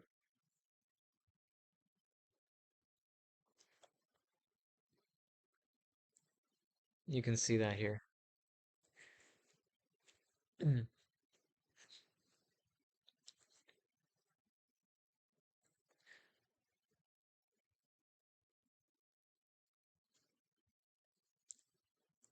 All right, so let's go back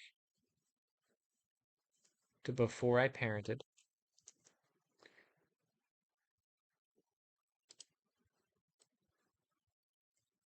Okay.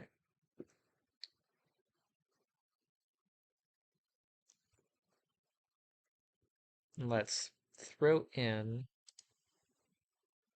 I'm going to put a child inside of here that is 0, and then I will move the objects inside that child. Um, a bit quirky, but it should do the job. So this null, I won't even name it. I'm just going to shove it into here.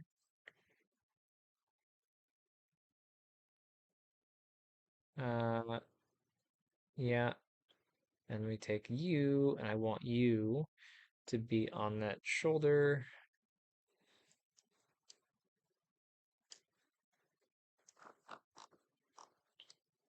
Okay. And then you need to be 0. So it matches its parent.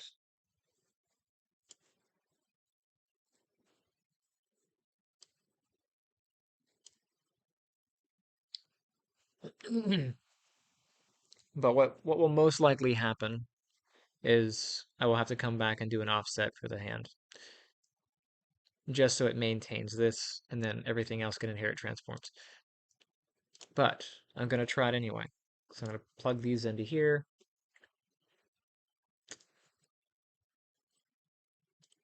Nope, they're going to inherit. Whale poopy.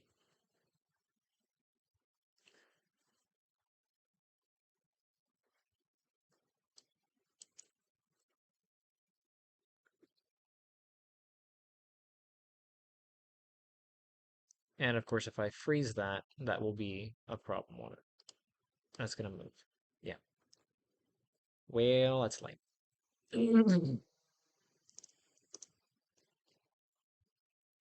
This is where planning ahead would be good, but I did not, so it's okay. I can move that out. I no longer need that child, right? That's there.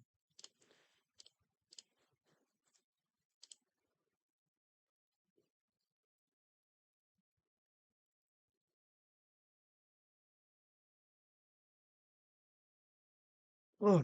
Mm.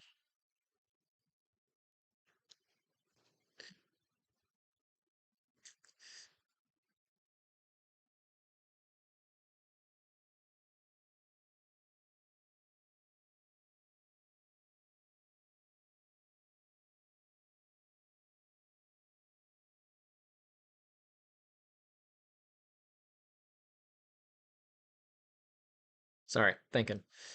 It's requiring a bit of thought to decide how I'm going to do this.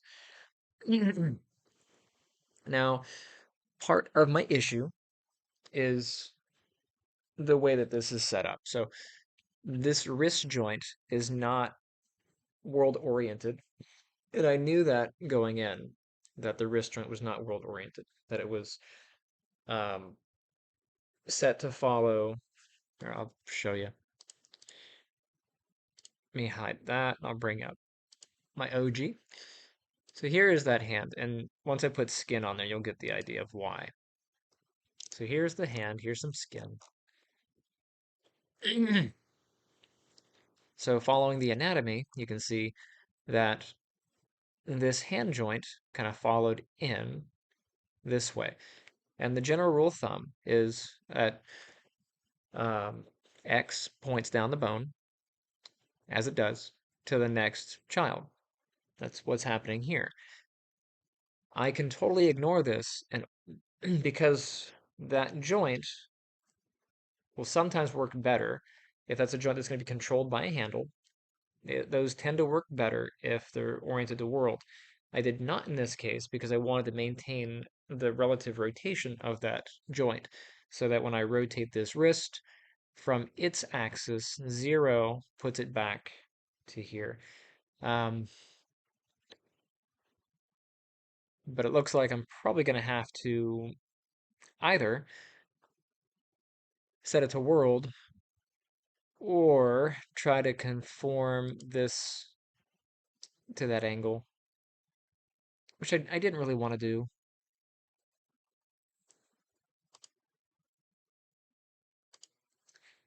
Let me put that guy back on here. But I have 3 skeletons.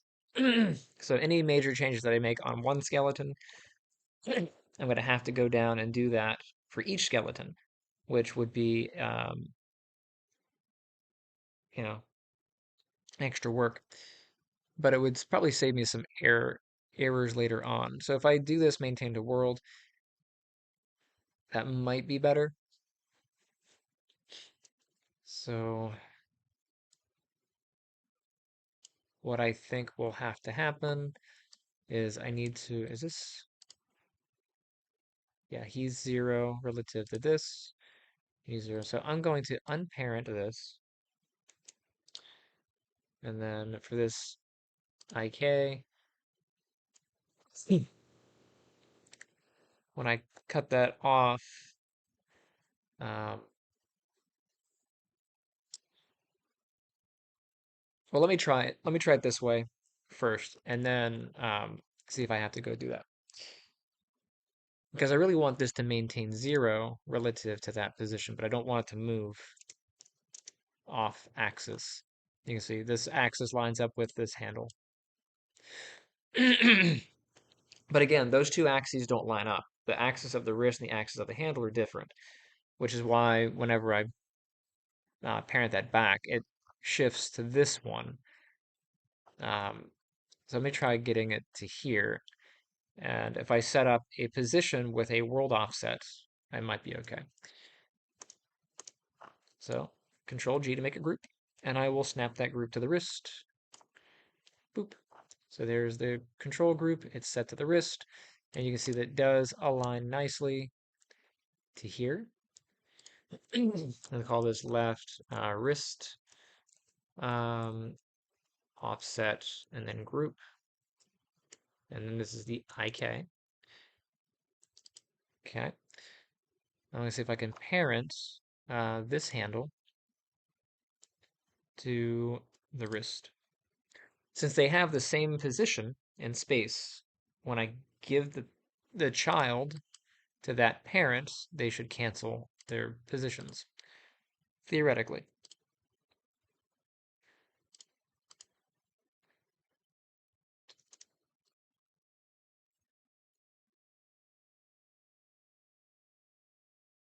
Okay, and then see if I can cancel those without that moving. So then let's freeze that transform.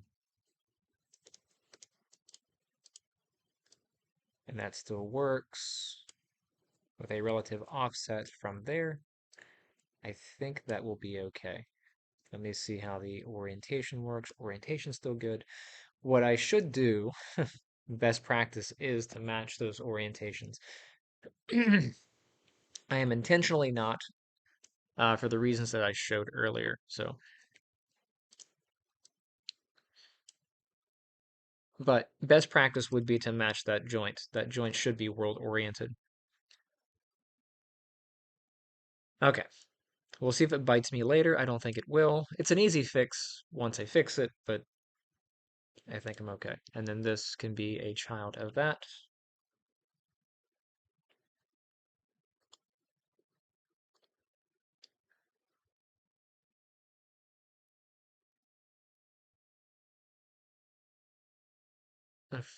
Hopefully I don't have to zero all those out, but I think I will have to. His physical position hasn't changed, but he needs to be um, there. Did I zero that one? That one is zero. I guess these don't matter. These can totally maintain their current position, but that one's fine. I will freeze it.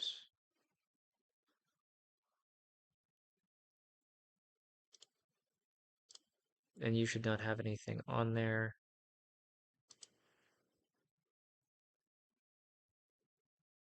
But that means I will need to make an elbow offset and make sure that it's where it needs to be.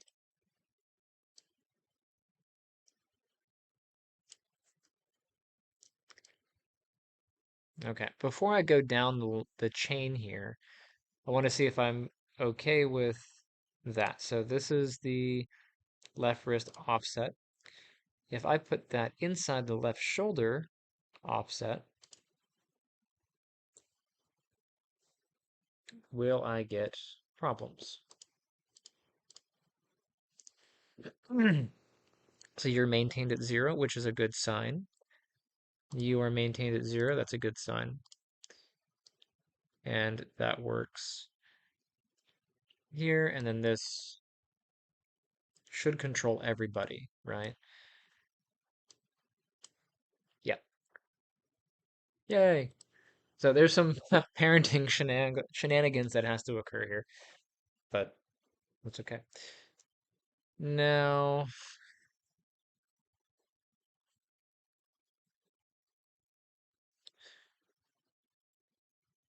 should I? The answer is probably, because that has to be pole vectored. Um,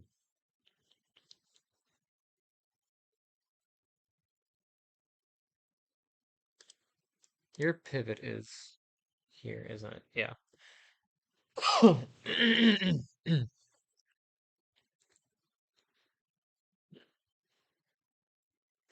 Deciding where I want the parent to go. If I put the parent here and have that 0 to there,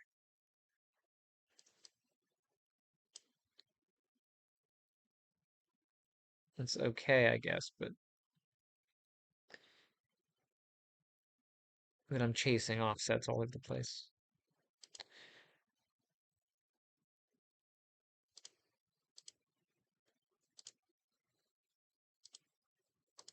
Um, you're zeroed out, but your guys are okay, and you're okay. What happens if I put you in here? I think we know the answer, right? That's going to give me an offset value.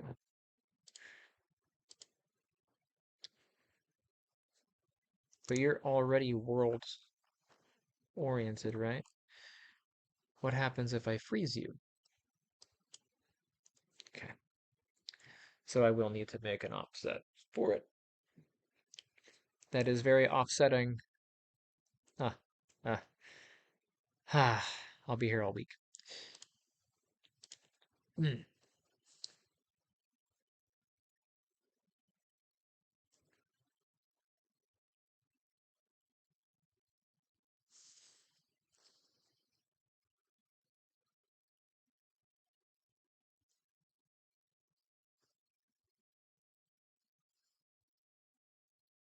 Hmm.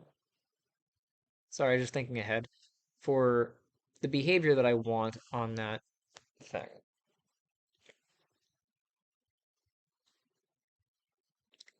Because at some future point, all these offsets could be in different places. So, um, trying to think of where they would be and what kind of trouble I could get in with where they're going to be. Looks like I'm going to create an elbow offset, which I don't want to do. Come here, you. Get on that elbow. This will be the left elbow uh, offset group, and this is the IK.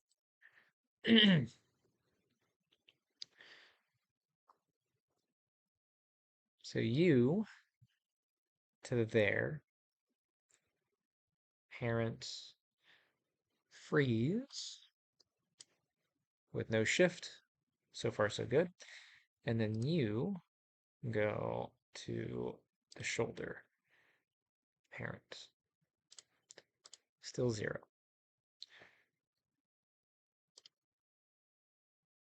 Okay. Let's see if the behavior is as I need it to be relative to that shoulder. So if I grab this and I move it, that happens. And I'm still able to angle, yes. And if I were to take this shoulder, I can move that. Everybody goes with it. That makes sense. You should be able to go back to 0. Are you 0? Yes. Okay. And then I want to do that for this shoulder over here.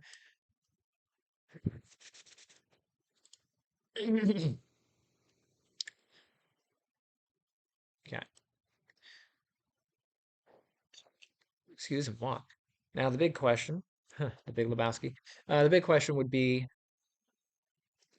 do I want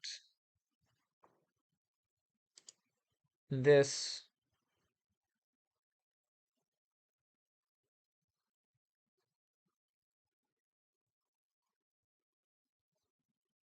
to directly control that offset group, or do I want it to be um, parent constrained?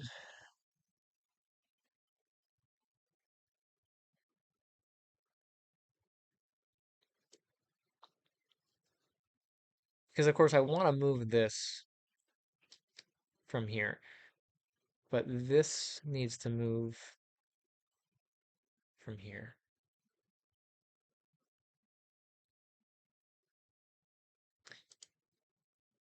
So let me think about that. I'm going to go ahead and do the other side. So Control G to get a group. And I will just snap that group to the wrist, and then I'll do another Control G to make a group, and I'll put that group on the elbow. This will be the Credit Daddy.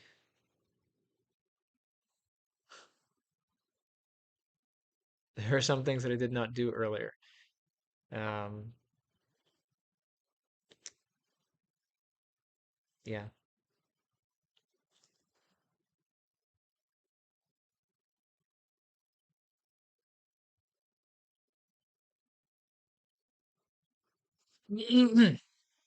On the elbow, I did not match transforms at the elbow joint, but it's okay because this is world oriented.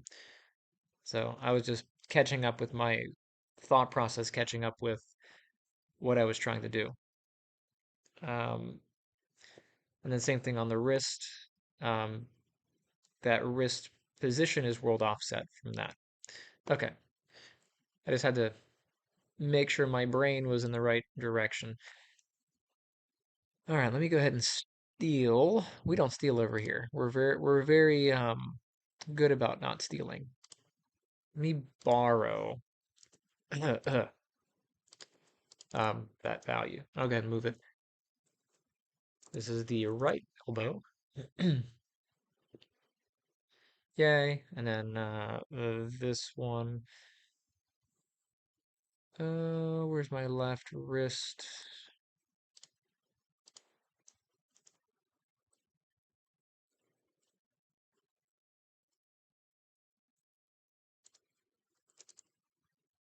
Okay.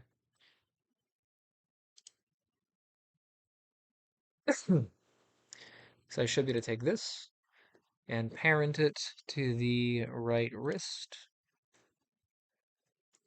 and then I should be able to freeze that value.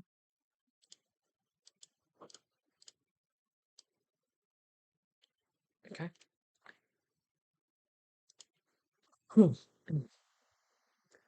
This thing is a child of that, right? Yay. Cool. And then that should be a child of the elbow.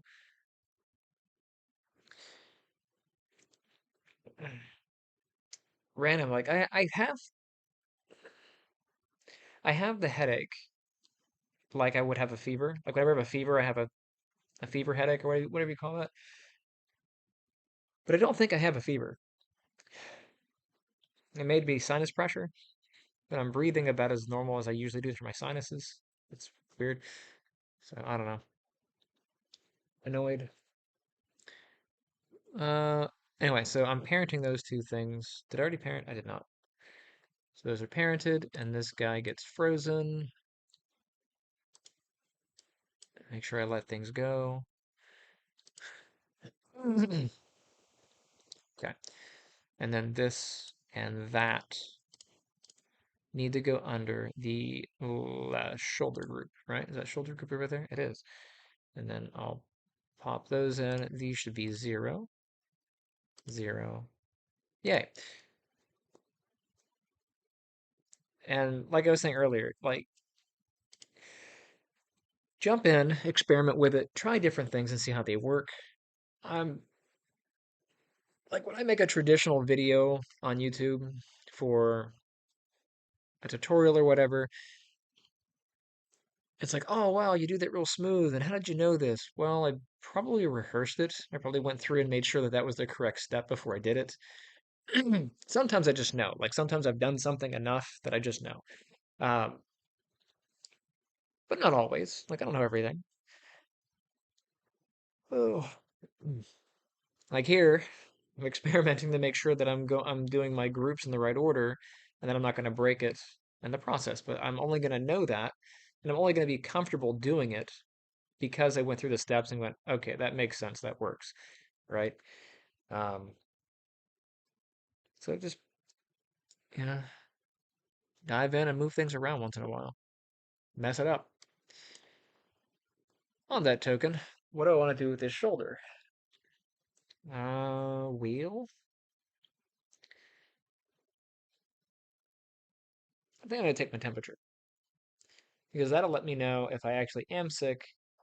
And if I am sick, then I have to cancel with my friend later. Um, Give me a second. Oh, where is my thermometer? Now I've got a meat thermometer. I could totally use that. Like what? That should be accurate.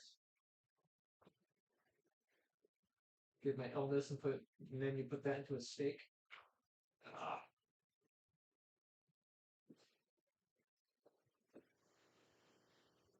oh, all the weird interludes, right?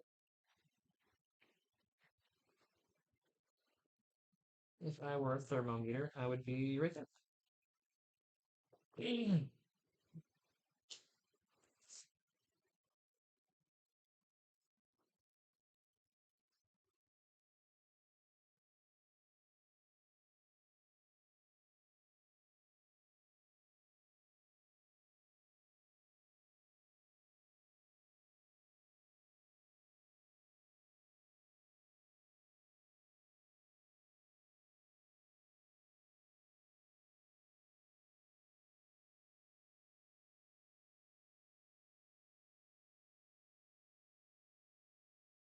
Just giving it a rinse with some antibacterial soap.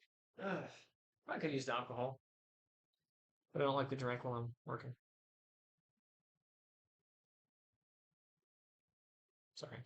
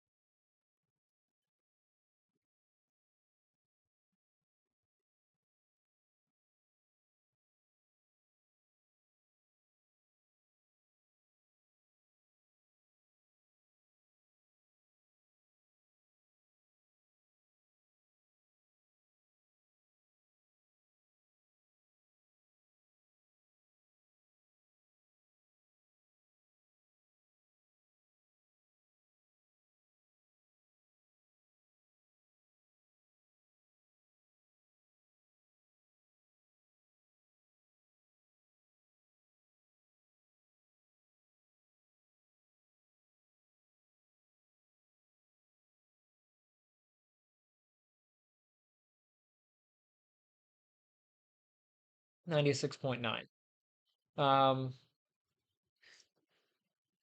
so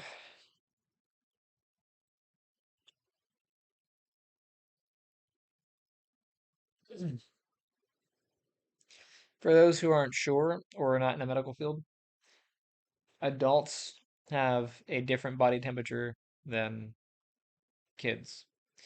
So the average temperature is like 98.6, right? But that changes. And my average body temperature is about 95.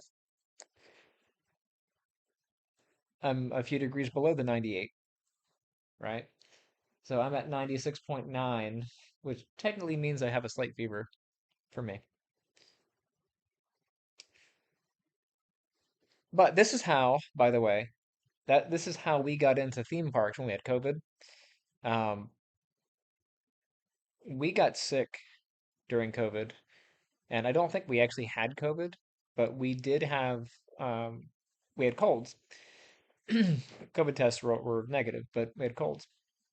But because my body temperature normally runs lower, when we were trying to get in the theme park and they did the little laser beep to see what your temperature was, um, my temperature would have been lower than the 98.6, and then the elevated temperature that they're going to read off of that is going to be like 100, 102 to see if you have a fever. Well, my if I'm running a fever, I'm going to be reading normal, so it's kind of like a camouflage. But that's why if you're during COVID during that time, um, that was totally a farce because people have different temperatures.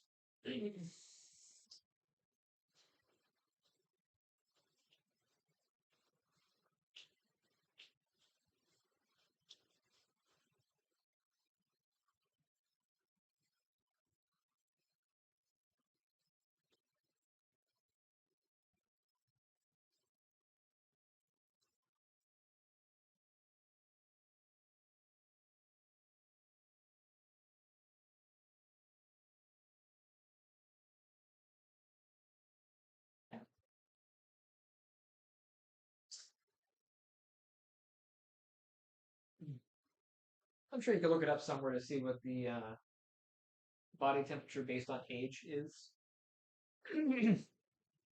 But there's a chart and it does show I'm like 40 now, so my temperature's a little bit lower anyway. Okay, so um, this I think is gonna move the shoulder. So the shoulder joint, I think I do want parenting. So parent constraints, um, apply.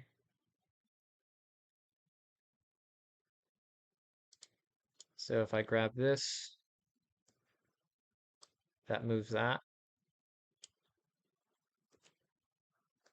and I do rotate it. Yeah. But I don't think I want that to be there. So this? Where's my shoulder group? Here's my left shoulder group. I'm going to see if I can parent it to here without doing any damage. If not, then I'll use an offset. So I'm gonna go ahead and just move that to there. Do you have any weird things happening? No. Do you have any weird things happening? No. Are you able to do your job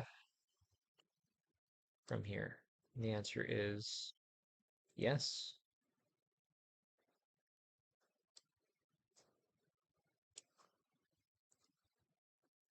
Okay. I think that's okay.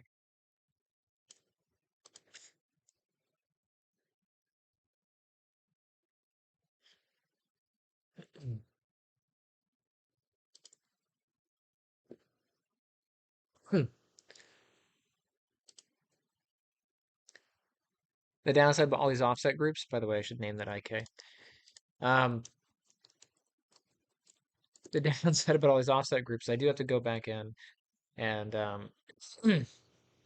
make sure they're not interactable because I don't want the the animator, in this case me, to accidentally set or change those values once they're created. Hey, how's it going? Um, let's see. I got some folks. Have you watched every single episode of Craig of the Creek? I have not. I have not. Um, what is Craig of the Creek? Is that? I'm curious. What is that? Hmm. All right, so I think that shoulder's good. Let me go ahead and do the other one. Um,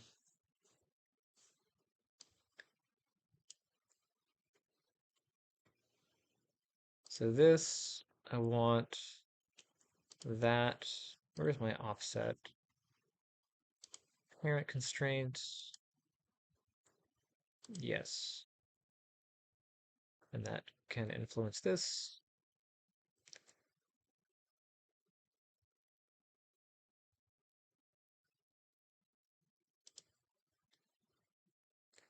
And then my right shoulder to that thing.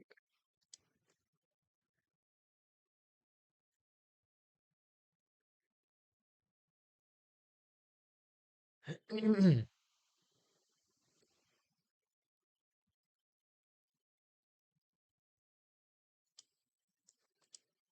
me double check those. Hopefully these don't break. I didn't test the other arm.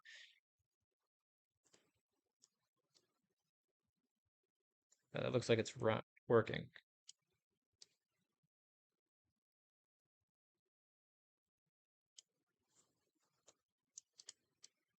I think that's fine. And then these things, um, those need to be under. Actually, they have groups. So this group and that group, that should also be IK.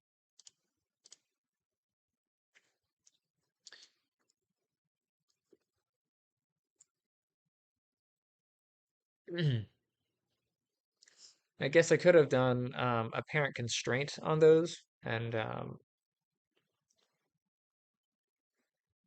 no, I think it's fine as it is. All right, so these guys are going to go underneath um, this. And does this have an offset group? It does not, but I don't think they need one. So that in there, and then that's going to go underneath this. Let me see how that went. Any issues? No issues. And now if I grab this, I should be able to kind of.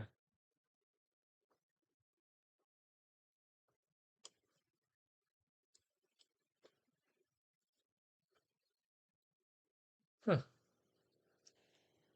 Let's see who the scam likely person is. Hello?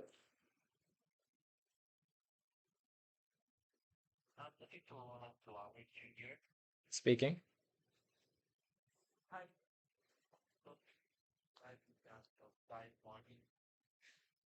Is this from Writers Branding?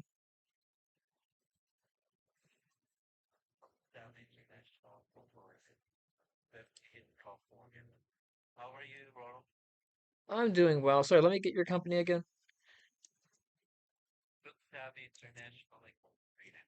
Books Savvy?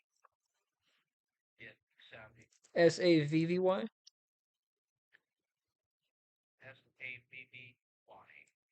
And then you said international?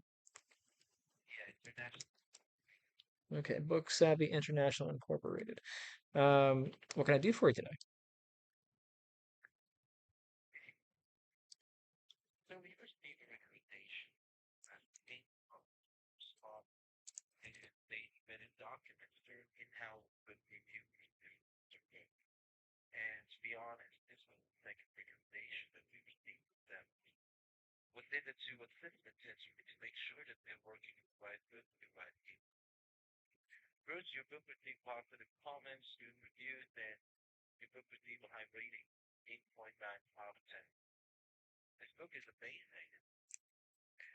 Well, thank you.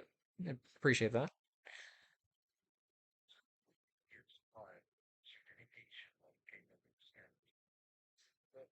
Um, this actually is not a good time to talk. Maybe call me back later. Um, I'm available around two.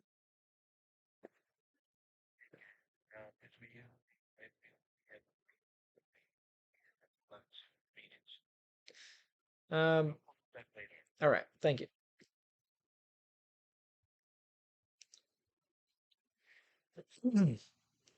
I really wish I could take these people up on their offers, but I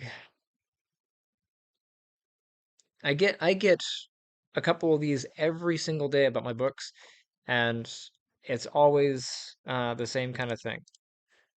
It's always some random. I can't say that, but it's generally a scammer person, and we can see that here. Let's see.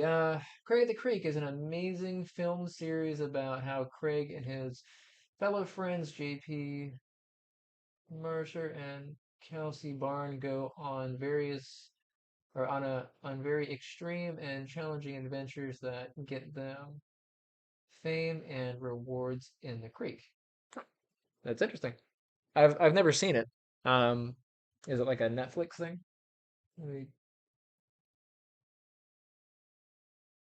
I don't watch a whole lot of TV just because I'm usually busy doing something, or I'll put it on as background noise. But yeah, it sounds interesting. Okay. Do I want that to be on there? Do I want those to be independently controlled? Let me unparent those from that.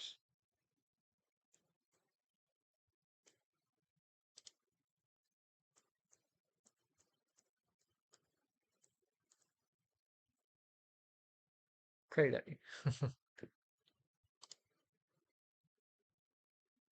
All right, so that is there.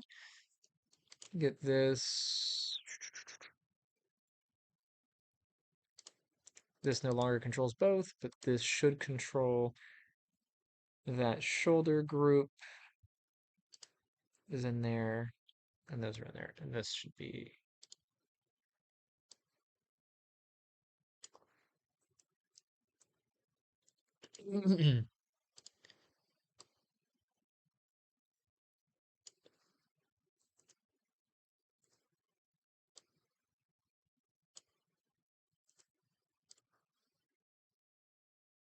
um, I think I want the take the collarbone groups, not these guys, but the collarbone group itself.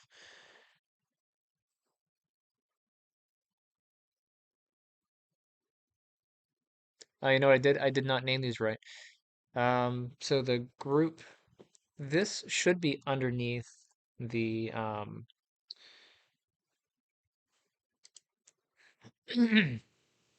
yeah. So that's the shoulder. This is the collar. Naming conventions matter. So that's the collar offset, and this one should be the right collar offset.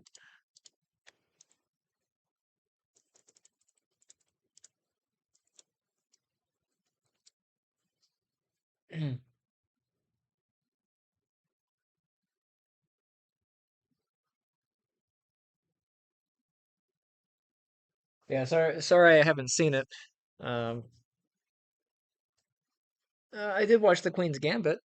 I know it's not related at all, but it does, in a way, take a character, and you get to see how that character goes to fame. I hear they're going to make a season two. I'm quite sad about that because the story has concluded. What else? What else can you possibly do with Beth Harmon at this point? You know, she had a complete arc, and it was a pretty decent arc. She's kind of a terrible human being. Nobody really likes her, but her chess career went well.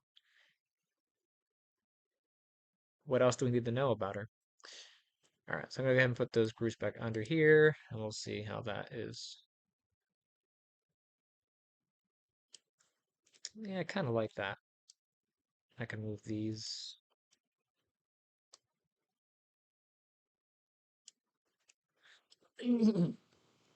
Okay, and then this is sort of independent, and then that one's kind of independent. How does it behave if I grab this and move it?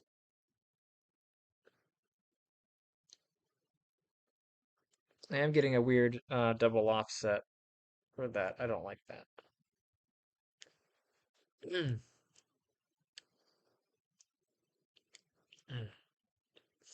Because what's happening with that,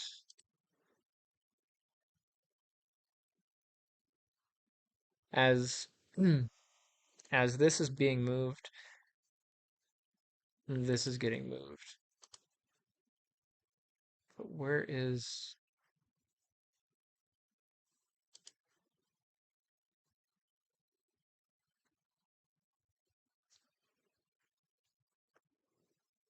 Realistically, though, that should not. So this should stay relative as this moves. But you can see I'm getting, as I'm moving the hips down. So what that's telling me is this, the relative location to that spline is changing. So where is that spline? Ah, there you go. Let's turn the skeleton off. Yeah, you can see that spline is changing.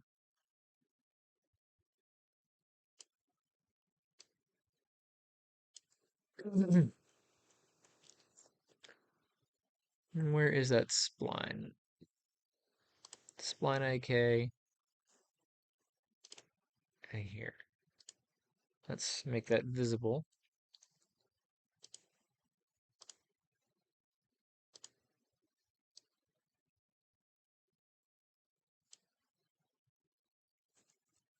Okay, what happens if I move this out of there and maybe onto this control? Let me just unparent it. What happens to this?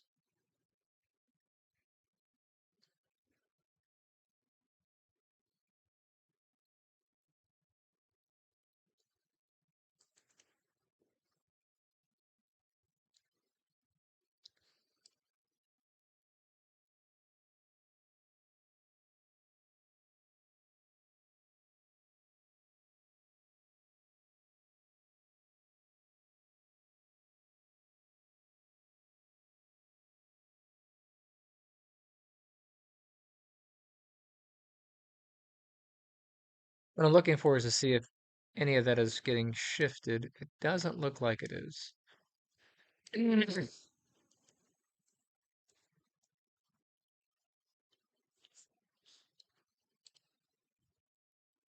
So who do I parent you to?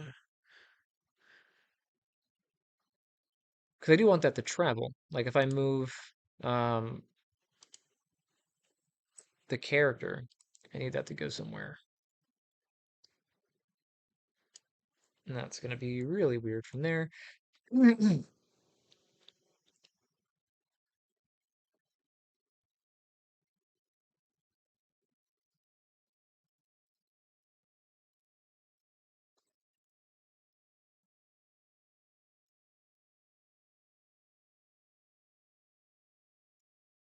put that back inside of here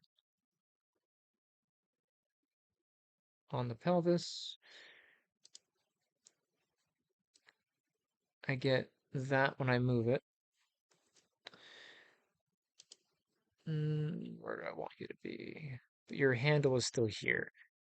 What if I change your handle position? What about this one? Does that one have a handle position? No. Can I move you without breaking things?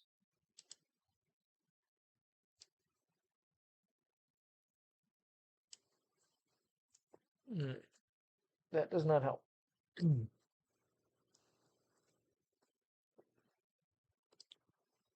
What if you are a child of, let's do the lower back here.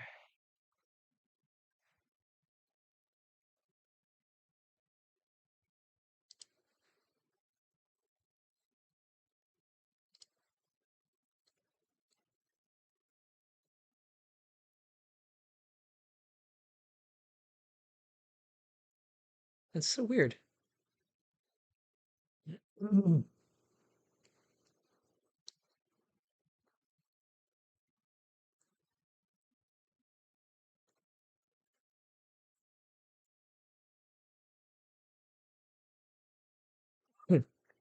But I don't get bizarre behavior if it's there. Even though physically I think those are changing.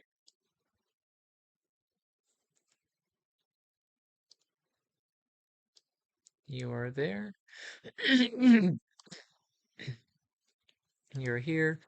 Those clusters should be moving it, which it is, or which they are. And then this IK should be relatively connected to those joints. That's all right. I guess I'll leave it out, but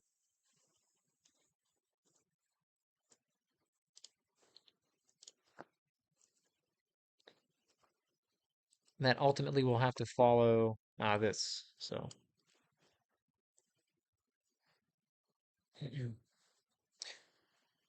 all right. So this guy,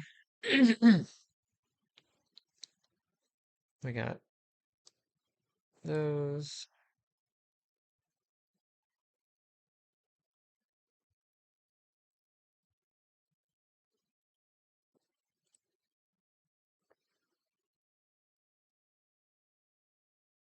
All right. Where are you? So there's the main control. Got my ICAPK switch. I got my labels. Okay. So you, I should have a group for just my IK stuff. So where's that group at? IK controls, and that should be at 0, which it is. Okay, so all of you guys go into my IK control group. So you go in here. And that, hopefully that hasn't moved anything or damaged anything. Yep, this should be fine. And then my legs, these and these, get to go inside the IK control group.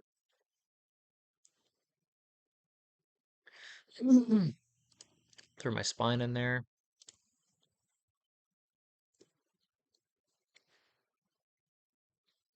Let's test everything, make sure everything's kosher. That's working, no weirdness. The foot, can I do the foot here? And all those work, right?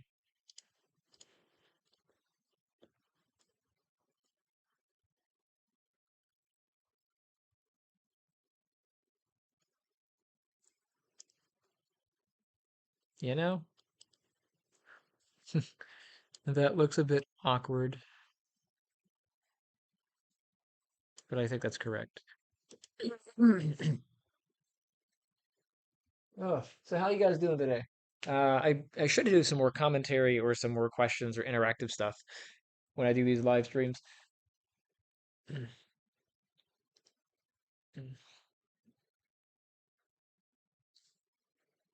Any of you guys just off for the day, or you in school and now you have your time off?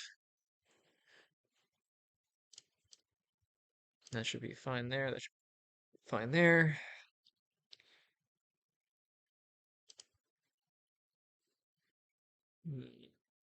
This one should be for the other group. So, all right. So IK controls, they're there. Those I'm going to put underneath the, oh, these aiming controls? You can turn those on so you can see them. Those also belong to the IK groups. So all these also need to go into um, this group here. So IK controls for there, and then let's say I have my left and right foot IK, my knee locators, put those on.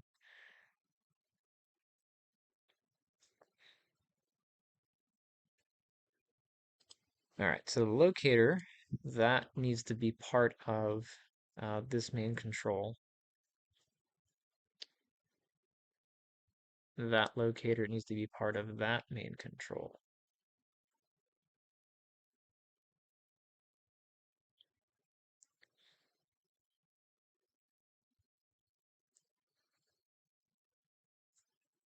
All right, and then my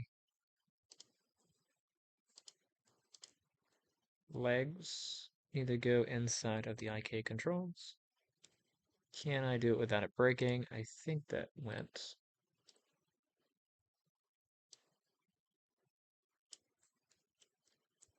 So far, so good. So far, so good. All right, so all those are in. Make sure I save as I go. And let's see. IK controls need to go under the main control, which is here.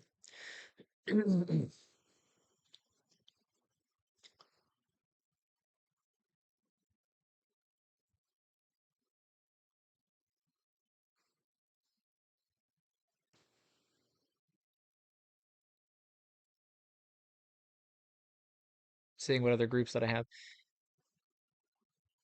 So yeah, those need to be under the main. So IK controls to the main control.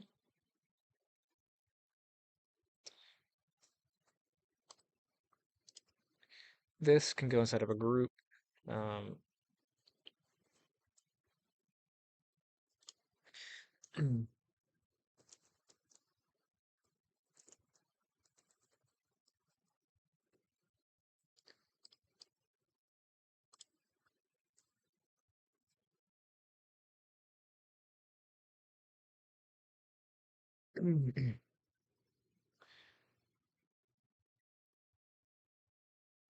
this is FK. So all the FK controls can also go under the main control.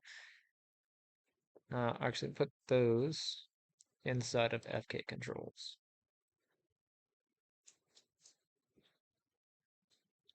And I'll put that inside of the main control.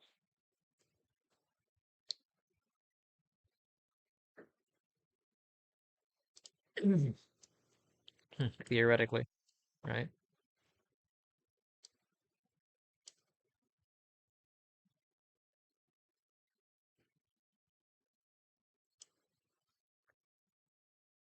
All right, let's double check. Some things that should not be visible on here. Um, my locators should not be visible. So I'll just grab those just because they'll cause confusion.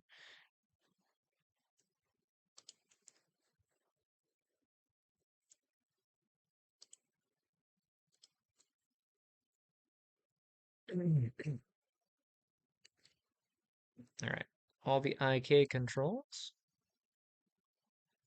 those can be hidden easily. FK controls, we're currently on this thing.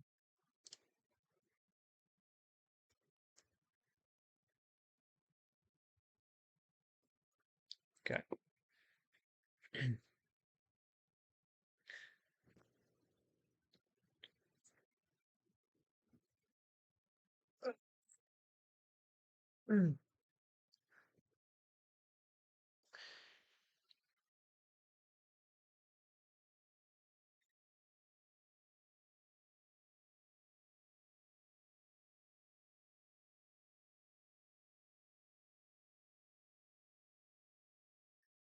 I don't think I'm gonna have in Oh, I do have these separated. Or do I not?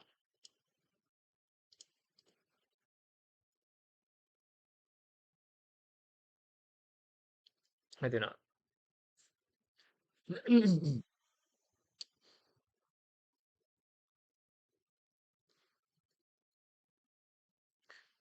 So FK arms, I don't need.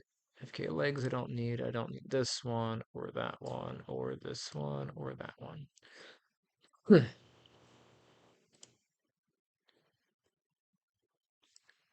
This will go inside of a group.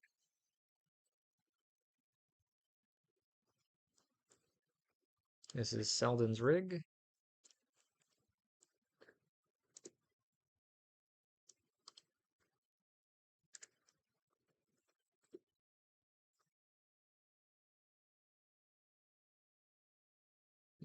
A lot of that I'm not using for that.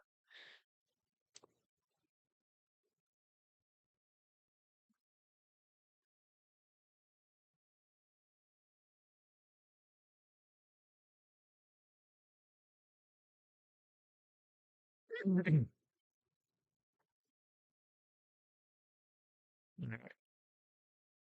Let's see, what else do I gotta do on this thing?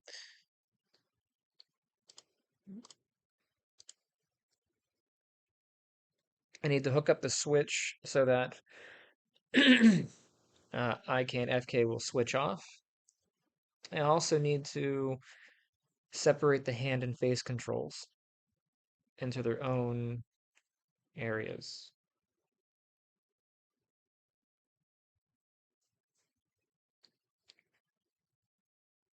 So what next?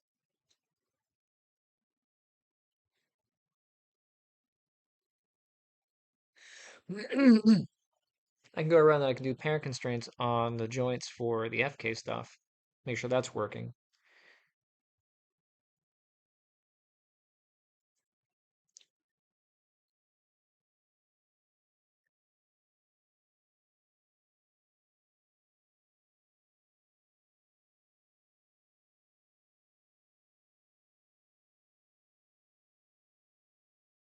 I'll have to create groups for the face, the head and face controls and those things.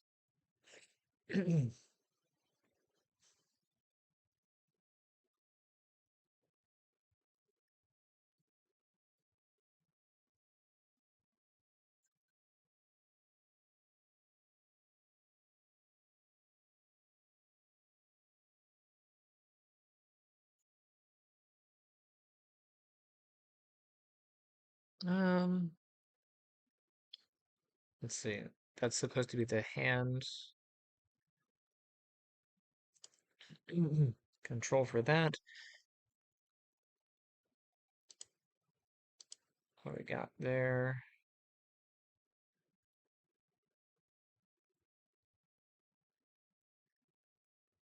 It's left hand control. Where's the wrist control?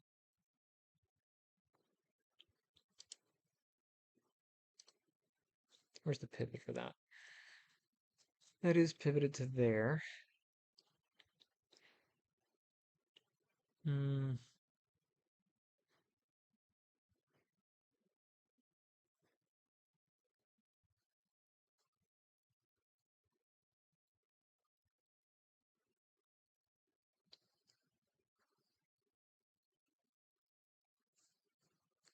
Sorry. I'm planning out how this is gonna go.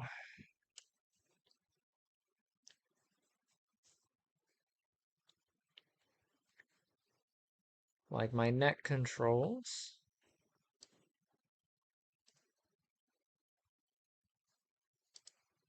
The neck controls are basically FK, but I want those available regardless of what rig I'm using, so those can go onto their own category.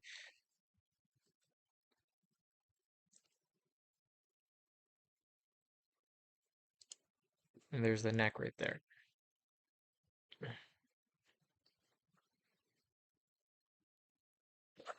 And then all the face controls are on its own thing.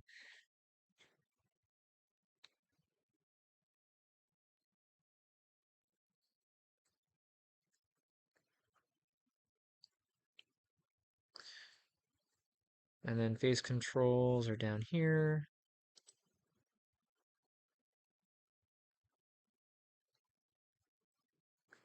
Have to think about that. So while I'm thinking, I will bring up the FK skeleton and I will go ahead and start setting up the constraints for that. So, where to begin? We'll begin on the foot.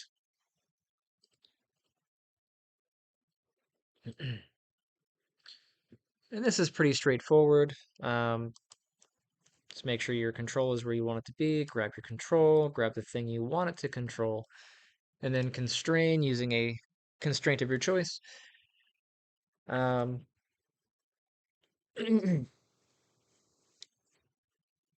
since I'm going to be doing motion capture, I'm probably going to use a parent constraint because a lot of the data that's transferred over onto the model is going to be translation. They're going to have some, it's going to be translation and rotation. Um, so I'm going to go ahead and use a parent constraint and allow for that. So maintain offset's good. Now hit OK. Okay. But since this is, um,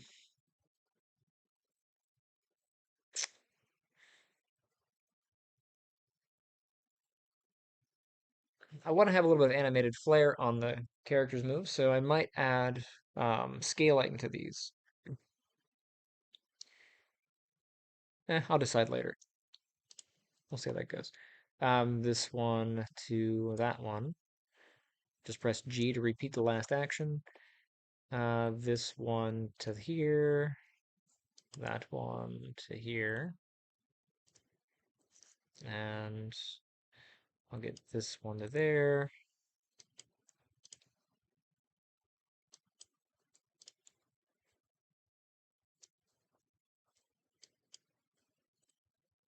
Again, G repeats the last action.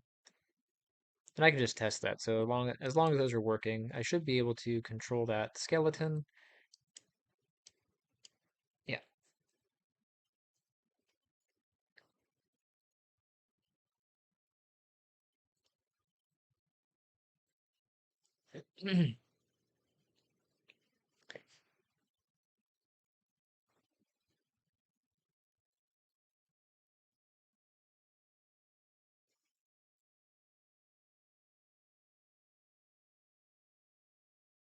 Austin thought. I do that sometimes. Okay, that is good. And then this one to that one. Yes. This one to that one. Yes. Pro tip, if you are trying to grab the joint, that can be a pain. So grabbing the bone will grab you the joint. You can grab the bone from anywhere.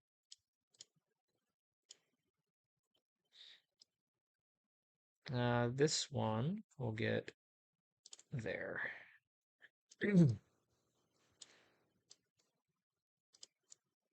I'll just G these on. Thank you guys for joining me. Feel free to ask questions and stuff. Or, of course, make sure that they're school appropriate, just in case my kids watch this stuff. It's much more annoying to try to edit things live. Did I bind that already? I did. For the wrist.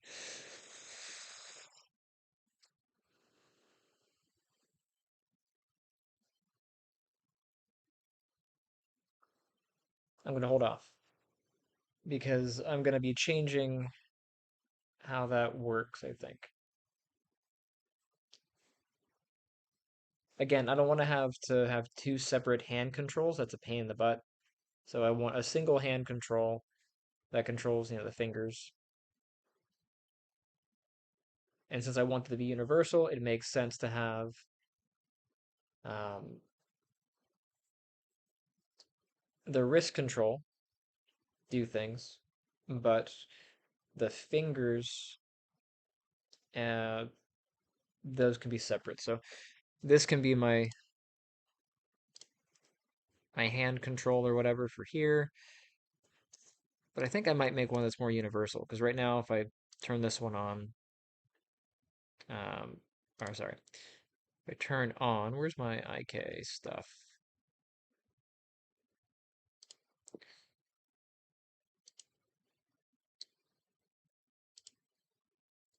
If I turn those on, this little pointer, I can do something like that for the wrist here. Um,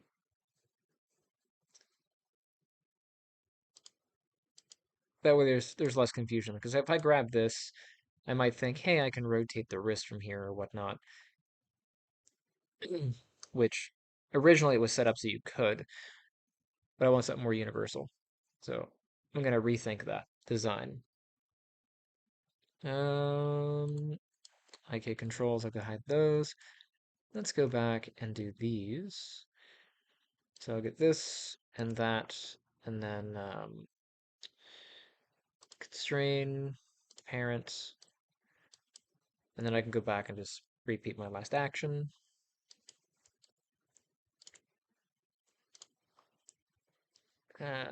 Next stuff. And you can see I don't have anything from the neck up. That's actually a separate thing. So,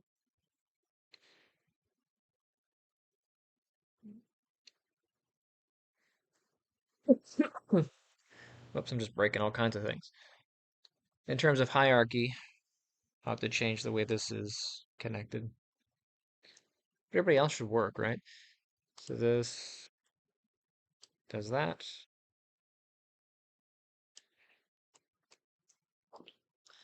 Now here's the question you might run into once in a while, is how you want your hips and legs to behave.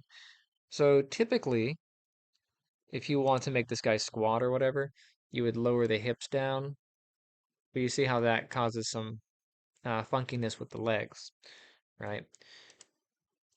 If I um, parent my legs to the pelvis control, what can happen is, so right here, if these are parented, let me go up one level. So get the leg, hit up. So here's my hip group. And if I take that and get my other hip group here, actually I'll leave one of them off just so it's easier to tell. Then I'll go all the way back up to where the pelvis is. There's the pelvis.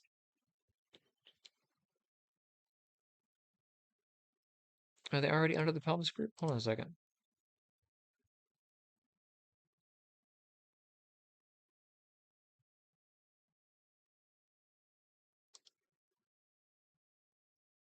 Okay.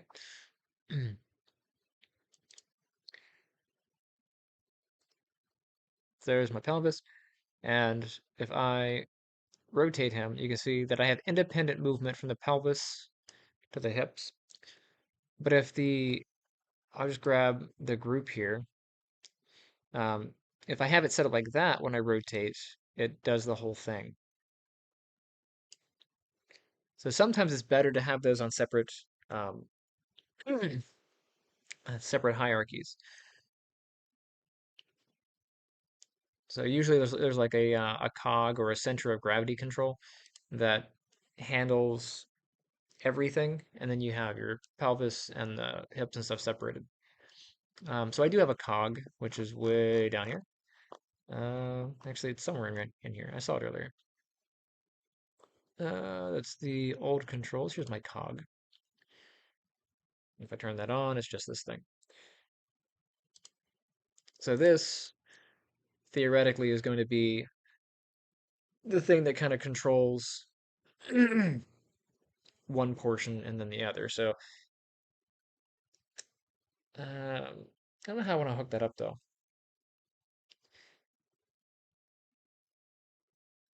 And realistically, for the FK, I'm not sure I'm gonna need that.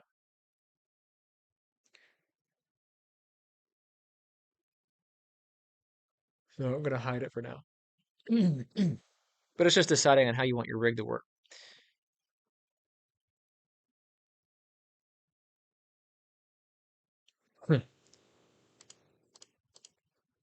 But I like having independent control here,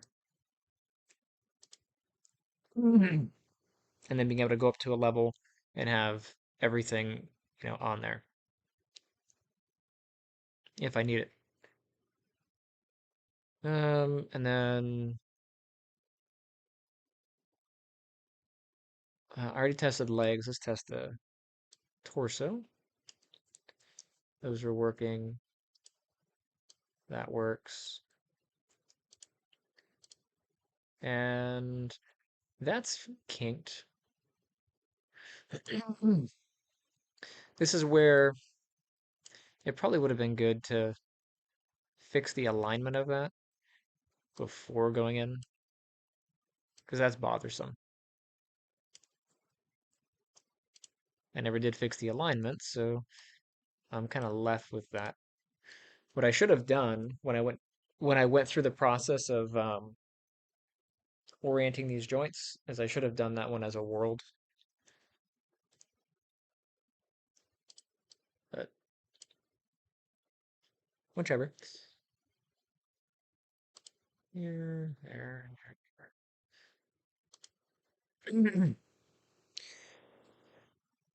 All right, so I'll save this.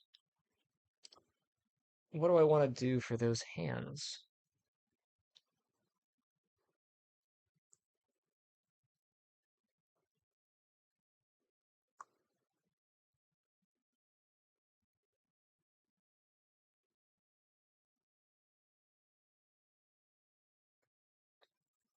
Short answer is I'm not sure.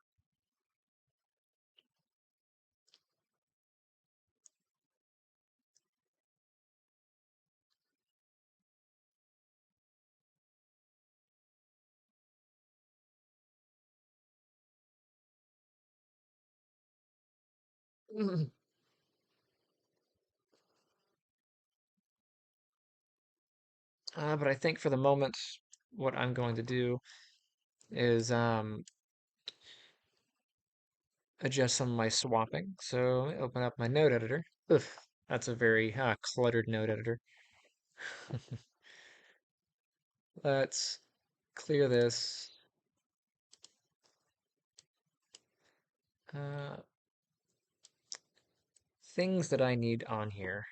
I need my IKFK switch.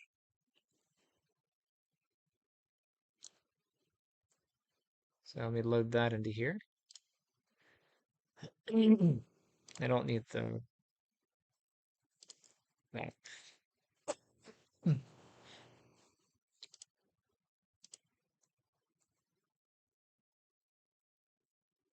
Um,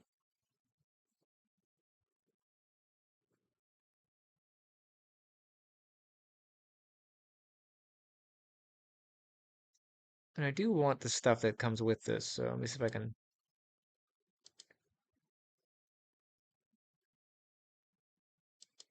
There we go. So I want those. I don't need this. That switches my labels on and off. I want to switch my IK and FK controls. So I'll get both of those in here. Let me add those to my list here.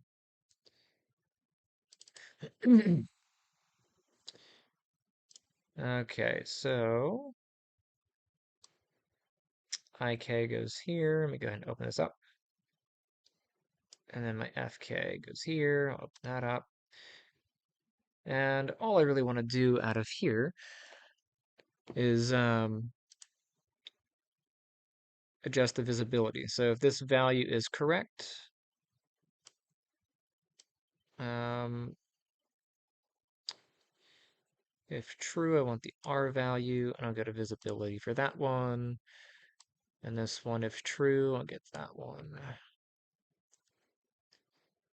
for that one. Let's test it. So right now I have FK. Uh,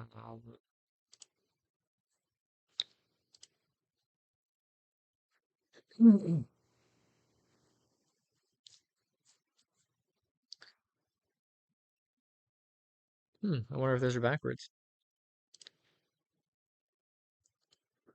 Can I force it? I cannot because they're being driven. All right, let's check to see this thing. If I switch the value, okay, those are not being driven. Let's see what's going on.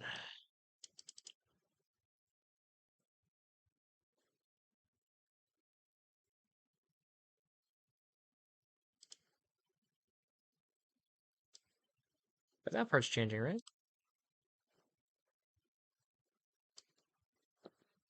So if IK, FK, those are correct. What are these guys doing? Go ahead and just break these real quick. I'll turn them both on and see what happens. They're both on. Yay.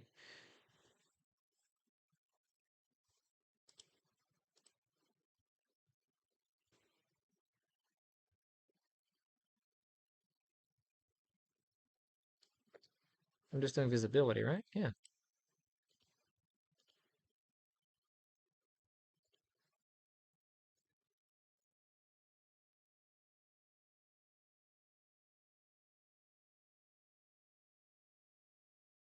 I'm just taking my out color for R.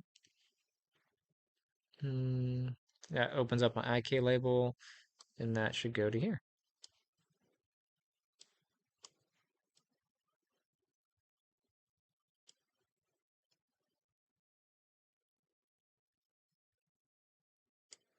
Okay, so I have IK turned on. If I turn this off, that's swapped. Okay. And then this one.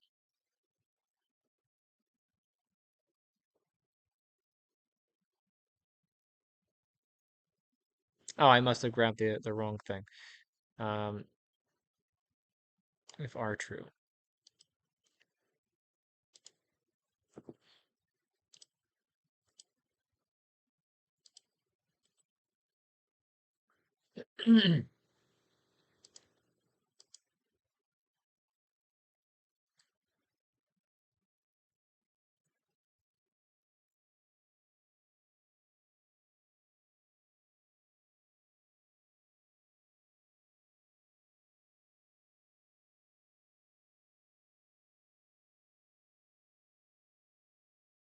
Weird.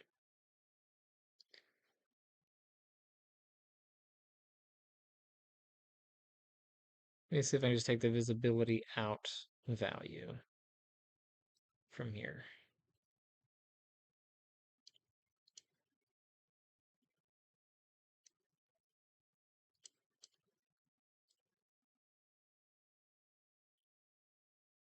See if that works better. Yeah. So if I switch between which rig I have, it'll swap that.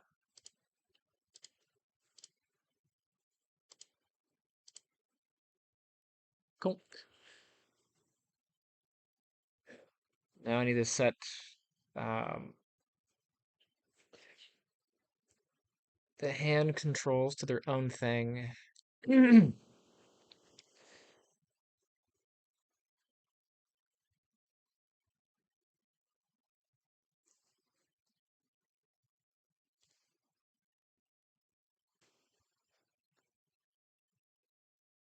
Where did I save this? Oh.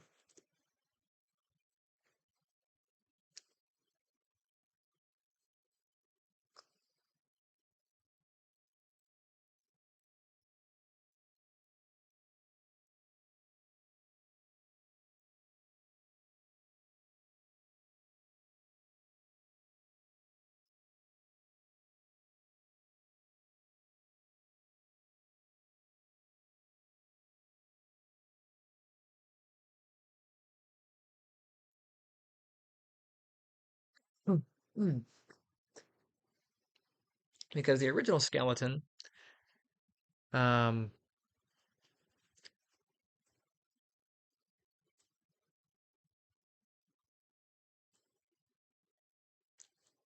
now let's see, can I turn the controls off all the way?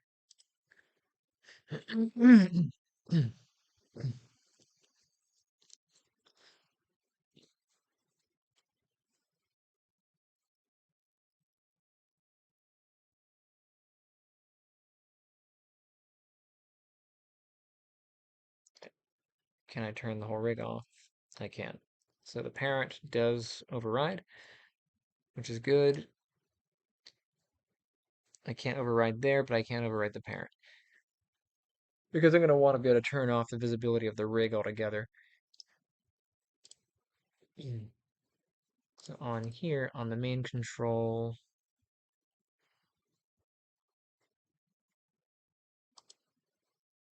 actually I don't think any of these are hooked up. They're not.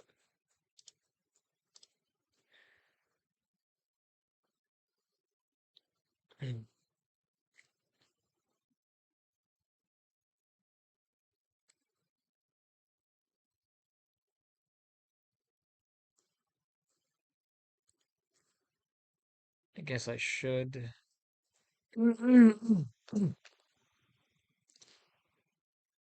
ultimately deal with those.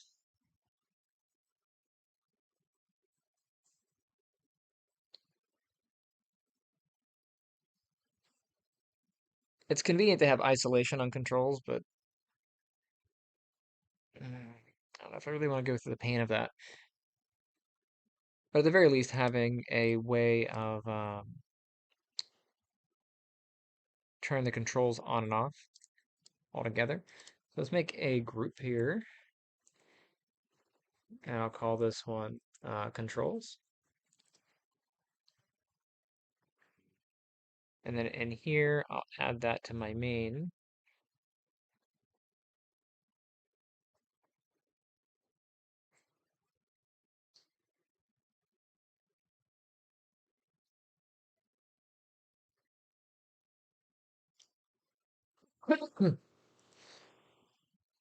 And I'll put these inside of the controls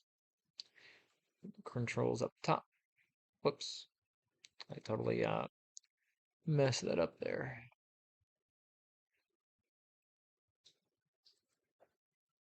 So what's happening is I actually, as I'm trying to move this, um, if you open this up, these are what I still have selected.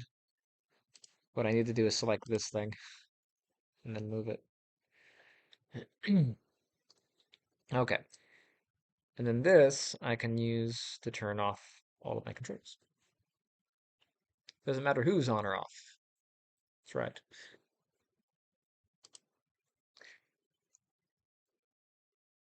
I'll set these up later, but I do want to be able to see what I'm doing with those. So IK skeleton, FK skeleton. Let's turn on what's next.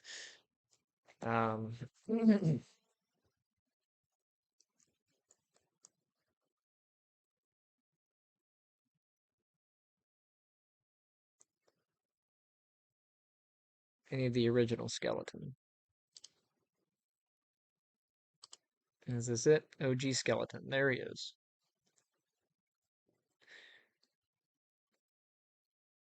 So with this, things that I'm going to need these hands. So I'll just duplicate, turn off the OG, grab that. Let's remove it from the group here.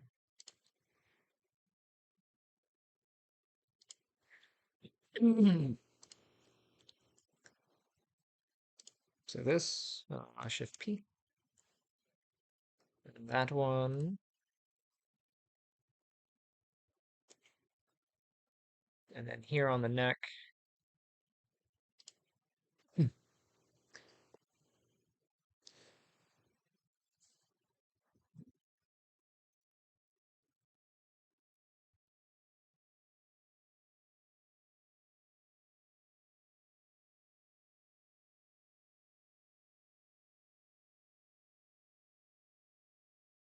I was just thinking about where that control is. So the control on the FK,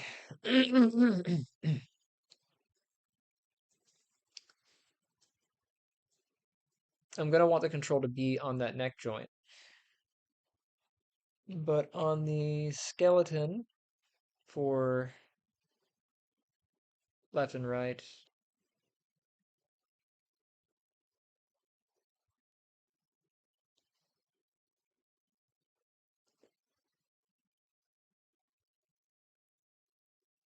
Trying to think of the parent order because ultimately when I swap between the two different skeletons, I need to know who this is going to follow. And it's easier for it to follow a joint that's in its location.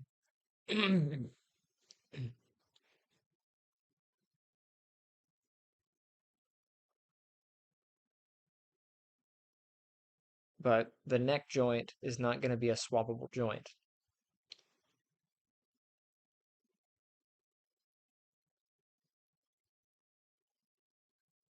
So how are we going to do that? I want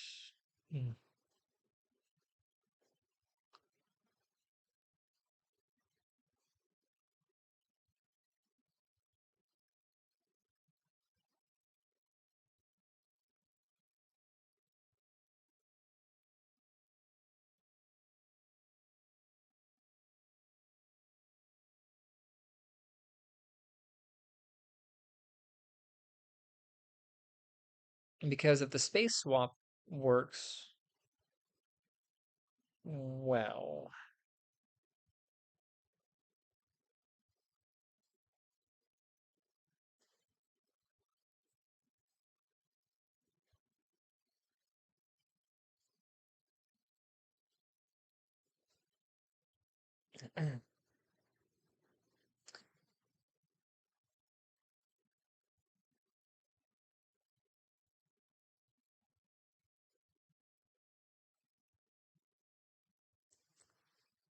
that's tricking me out. I'm not sure how I want to do that. Well, for now, I'm just gonna Shift P. I'm just gonna take this up and we'll go from there. I don't think I need to have anything else, just the hands and that, because the wrist is being controlled back here. There's a specific control on each rig for that. So I could do the same thing, really, for the neck. I could put a specific control for the neck on both.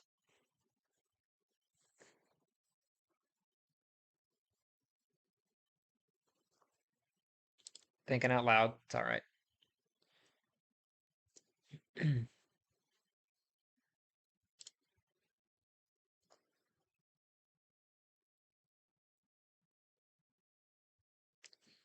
And this,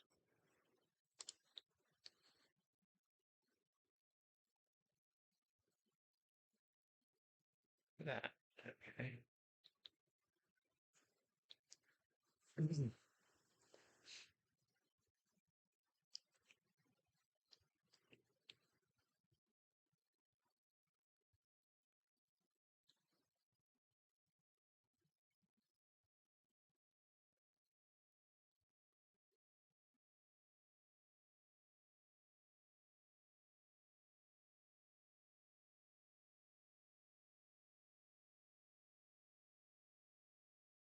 Let's turn my controls on.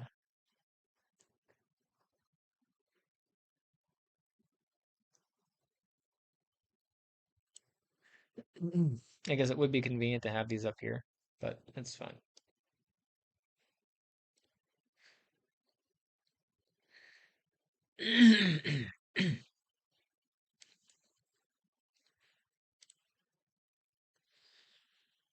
You control things.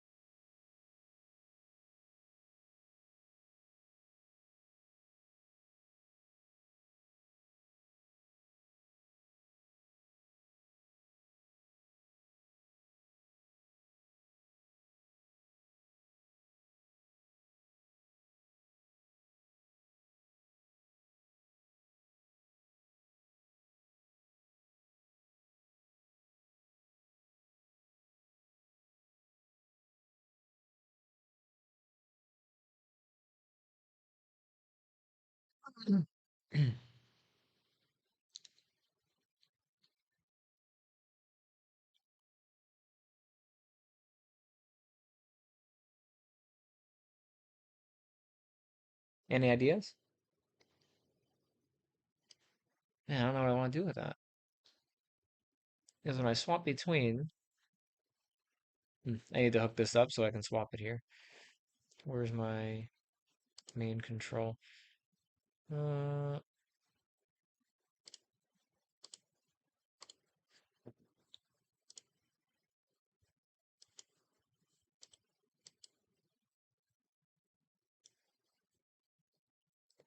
because when the hand is on, it'll be doing this. Here's the skeleton.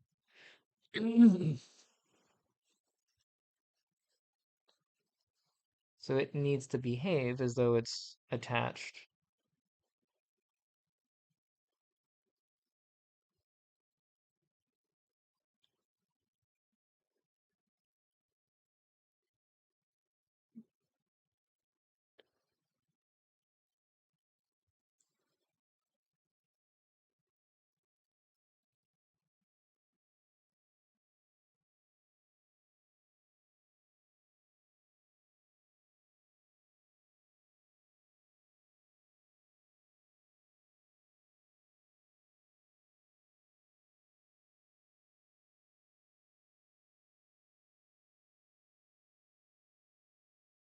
Maybe it's better that I take the wrist joint for there, because yeah, ultimately I want this to be my parent, but it's easier to match something that exists than something that doesn't exist. And this doesn't. I currently don't have a joint here. I guess I could just parent swap. This becomes the parent versus that one.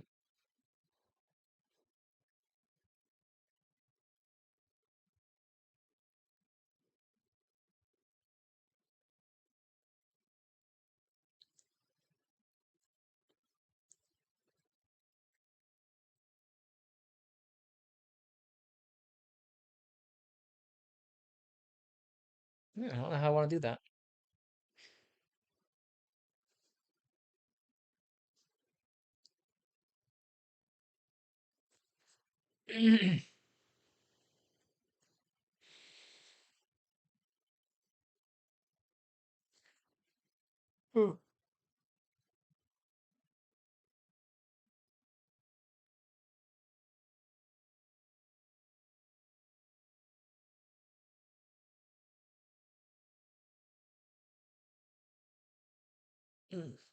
You guys do anything fancy for the holiday? We got Thanksgiving coming up. Um, I think I am forced to go with my wife's family um, for Thanksgiving. I know, I sound awful. To me, I have to deal with people all the time. So to me, the most relaxing holiday is to not deal with people. So for us to just do Thanksgiving at home together would be great. But no, we got to go and make a spectacle out of it. Either go to my sister's or go to my wife's families, um, and do a thing. And I get it,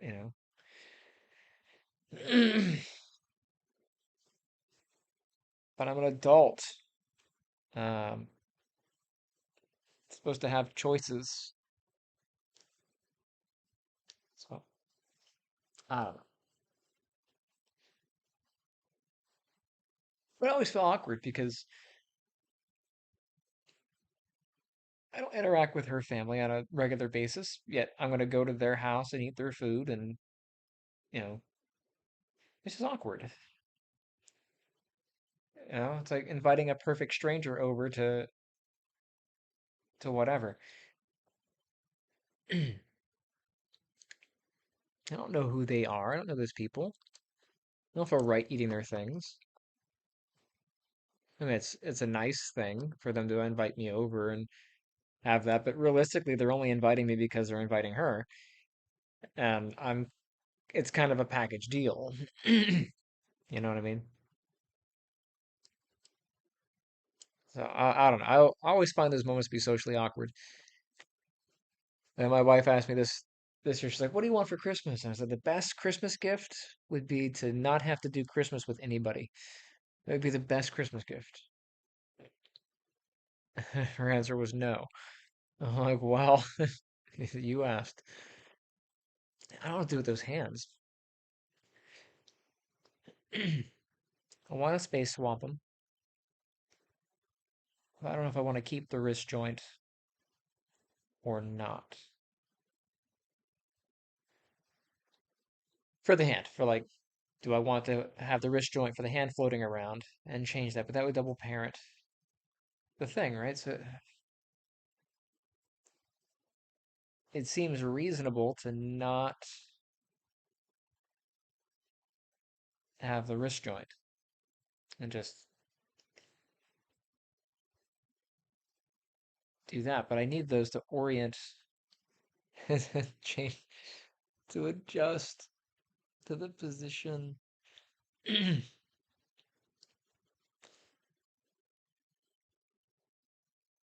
There's gonna be so many transforms being thrown around. I think ultimately I'm gonna want that. And if I don't need it, I can always remove it, but it's easier to have it. So let me go ahead and just grab those hands again. So I've got the OG neck. I'm gonna grab the OG skeleton again. Duplicate him again. Turn off that thing. And then this time, making Christmas. Let's turn those off. Turn that off.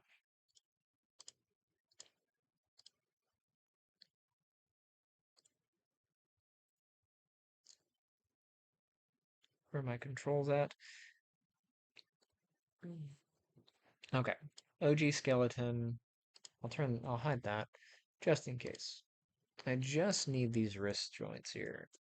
So that one and this one. So this is also why it's good to have your skeleton happy. You did all your orientations and stuff on your joints. Otherwise, you're gonna be doing double orientations later. But that should get those.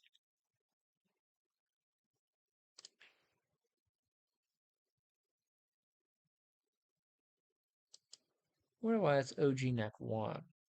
I don't really have a neck two, do I? I do have a neck two. Okay. Hmm.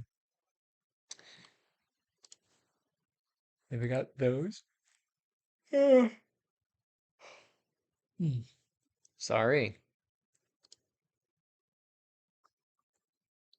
I have a friend who used to say, I do not apologize for bodily functions. I agree. Just let it rip. Oh, yeah, I made this control. I might as well use it. There we go.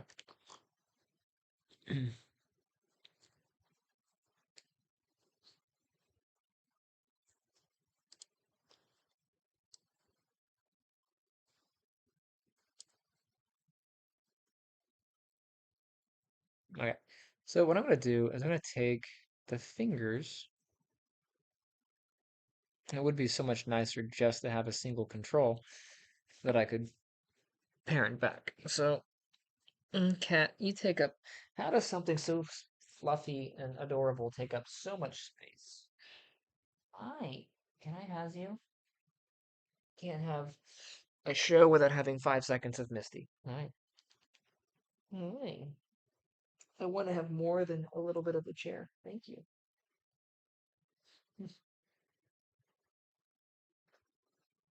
Hi. You complaining, little complaining butt. All right. Um, so on these fingers, open that up.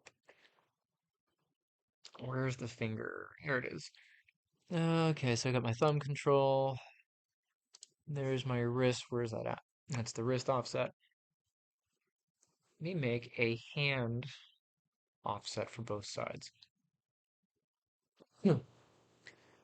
No. Ugh, Windows key. Anyway, make a group. I'm gonna throw that group onto this hand somewhere. Um, to there. Because this is a stable bone. That bone doesn't do diddly squat, but I can use that to anchor these, and then I can anchor back to the wrist. So this will be the left hand offset group. And this is for the FK, but I'll go in and label these at some point.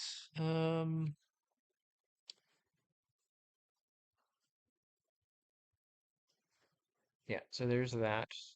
And did I zero the control, or did I just leave it there? I think I just left it there. Wrist, that one is pointing down the bone, like so. What I should have done, like I've said this before, what I should have done is I should have world oriented some some value in here for these, and I think let's see what the that one's pointing down the thumb. So what I'm gonna have to do, I have to do this on the original skeleton as well. So what makes the most sense is to just grab the original skeleton and do the work and then duplicate this again. So I'm gonna grab, um, sorry hand, not to repeat myself 100 times, but goodbye. Get my OG one more time. This is why you keep duplicates of things. Here's my duplicate. Here's my OG. I'm gonna remove it from this group because that's what's hiding it. Oh, you know what? My bad. Um, I'm getting ahead of myself. Let's close that down. Let me actually turn this on. And this is what I'm gonna do. I'm gonna take these fingers.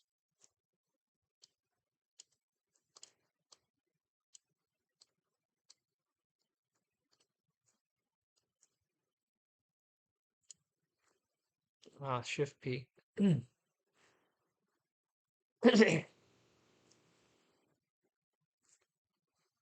This one.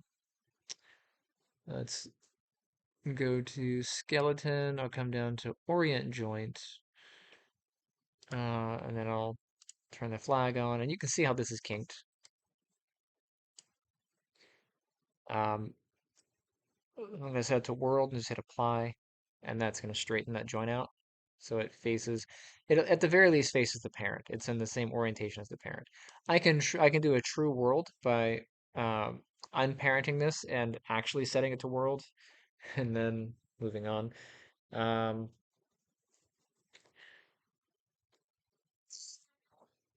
it would make life easier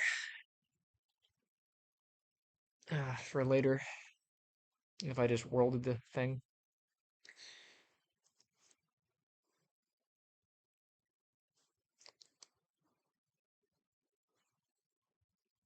Part of me is like, I'm already here, just do it. Another part of me is like, do I care? Because if I do that here, I need to go back to the other skeleton and do that to there. I might have to rebuild those IKs.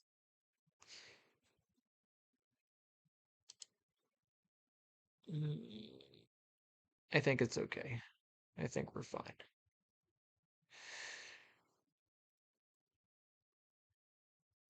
But it's just so much nicer if I do.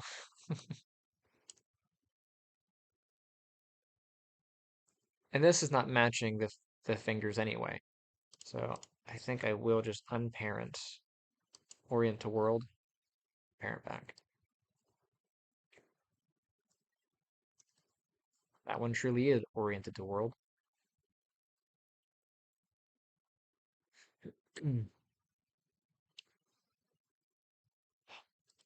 Should I do it to this one?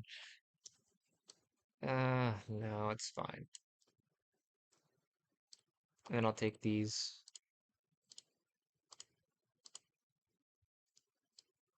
That is all I'm grabbing, right?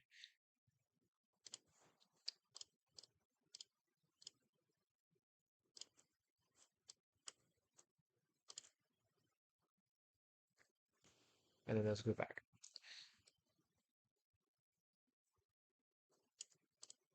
But now I have a central point, and I can anchor things to it, and it makes, whenever I make the group, which I did earlier, wherever that group went, right there, that should be smack dab in the middle of that hand, and it should be the same orientation, because they're both oriented to world, right? Yeah. And it makes lining it up so much simpler. Again, which is why I probably should just do that one. Maybe I'll do it later. Somebody's gonna be like, just do it. All right, so that hand is good there. That's the original skeleton. I'm gonna come back over. Once again, I'm on the original. I'll take these. Boom, boom, boom, boom. Get you, get you, get you. Nope, not you. You. We'll unparent. We'll even unparent this one. Flag it. Orient it. Hmm. What's the orientation of that one? Right. Um, Crap.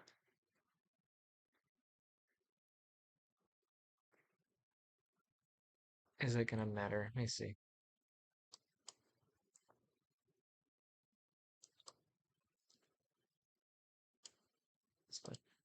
Hi,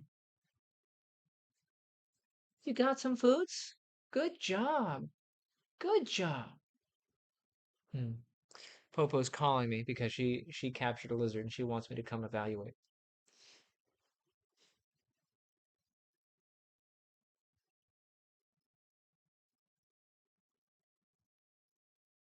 Hi. Did you find a lizard? Did you find some? Good job.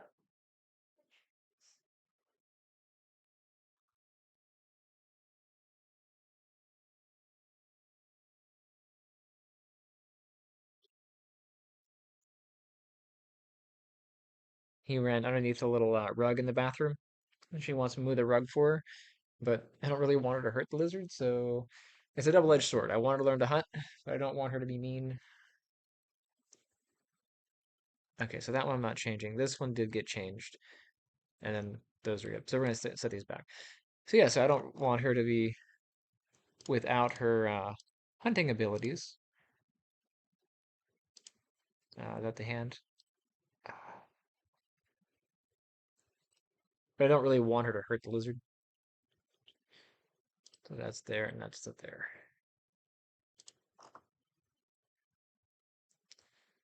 Oh, make sure I turn off those flags.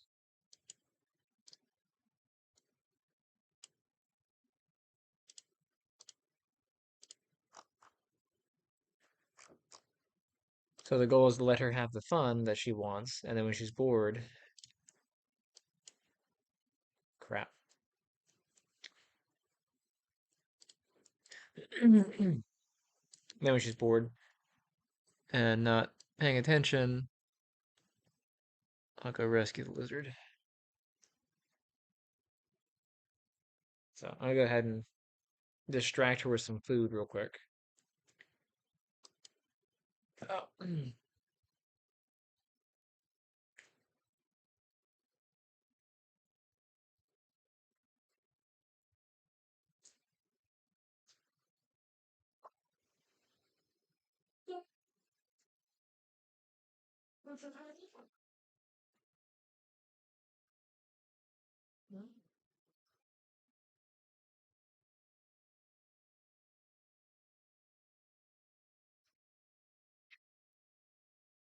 The other one smells some. All right, let me see if I can find a lizard.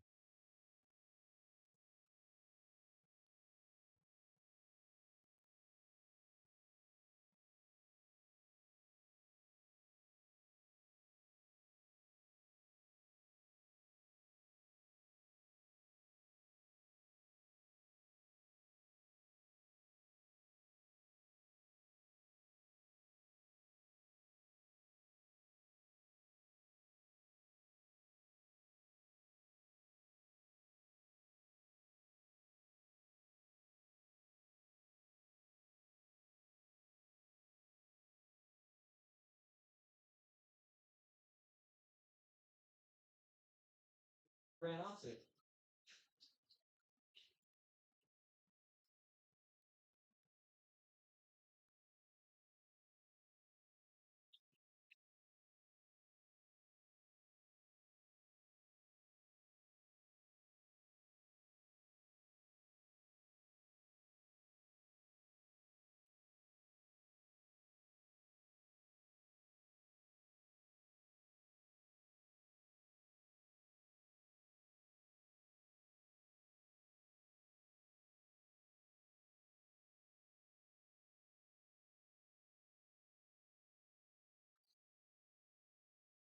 Looked like he made a break for it, wherever he went. Oh, you want food too now?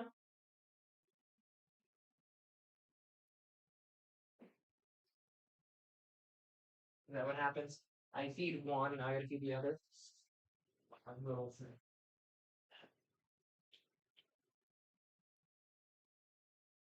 So mouthy.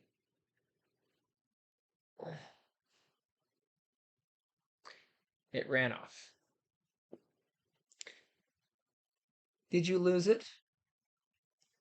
You can't find the lizard? Did you lose the lizard? Hi.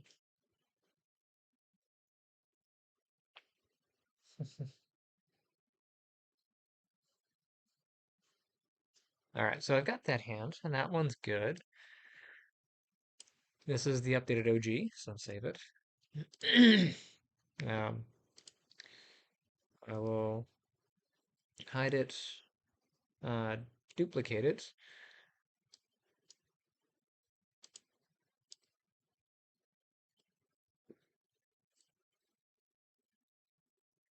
And on the duplicates, I will keep the wrist.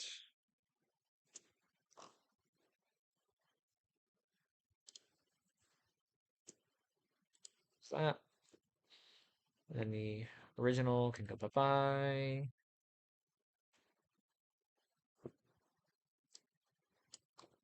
Did I remove the head? Okay, it's over there. Okay. Yeah.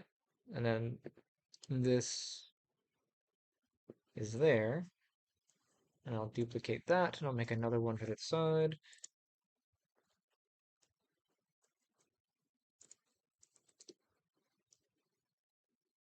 One of my students many, many years ago is now a character rigger um, for a game design studio, which I think is pretty cool.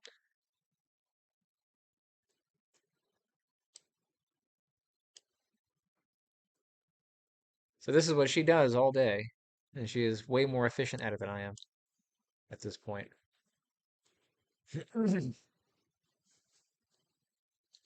um, and a lot of what we do between going from here to Unreal or going to here to like a different game engine, I use Lambert all the time for my rendering. I just throw Lambert on there, and I deal with the material properties later. And her first year into college, um, she wrote me an email and she's like, "Oh, this is all the new stuff I'm learning, and it's so cool."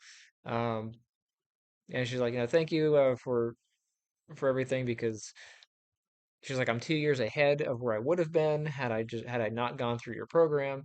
And I thought that was real neat. But she threw in a little dig. She goes, "Ah." She's like, "I'm learning all the new stuff with Arnold because Arnold had just come out. It was like 2016, 2018, when they had released it or whatever.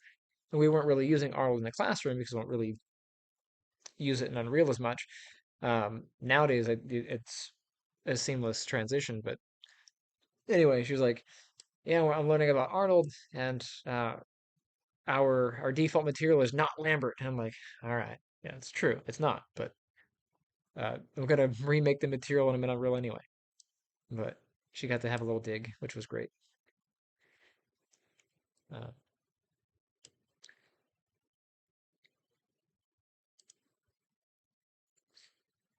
it's always good. It's always fun as a teacher to know that um, your students are doing well. All right, so let's see, what do I got here? That's on there, that's on there. And I'm going to change the group order, I think. So this hand, open it, has a bunch of stuff in it, and there's a group here. Oh, where are you at? Way down here. So here's the hand. That's the hand control, sorry.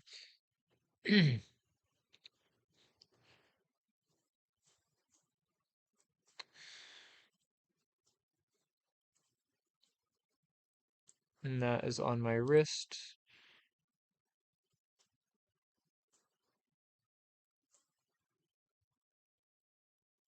And I'm debating whether or not I want to have individual control on my fingers or if I want to actually have a single mechanism on the actual hand thing and then do this. It, de- it just depends. Um, I like having individual controls, but I also like the convenience of just making a fist whenever you need to make a fist and not have to go through and line up all the fingers and make sure that I can close into a fist. So for convenience sake, I will probably remove I'll probably remove the individual finger controls and just um,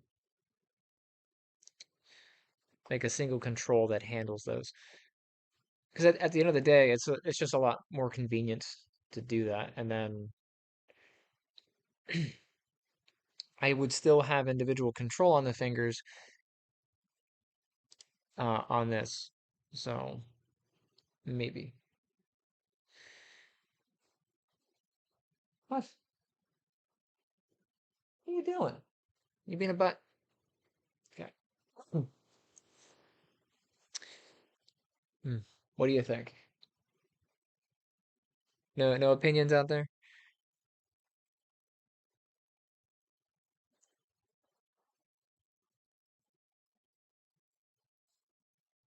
Okay.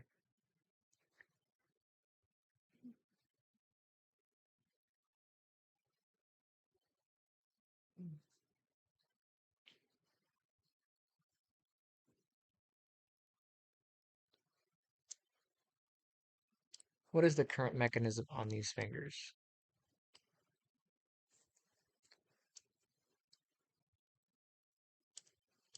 Nothing special. So nothing's set up yet.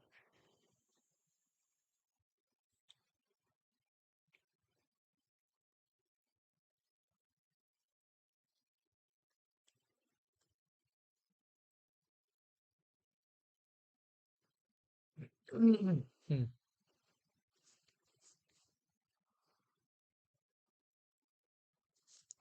I like these. I went through so much effort to make these. I want to keep them. Um, I don't really need them though.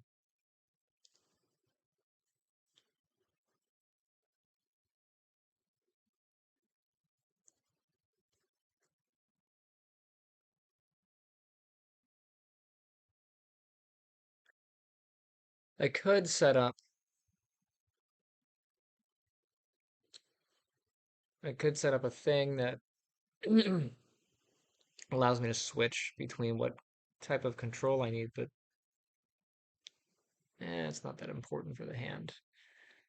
Your hands do a couple things. They open and they close.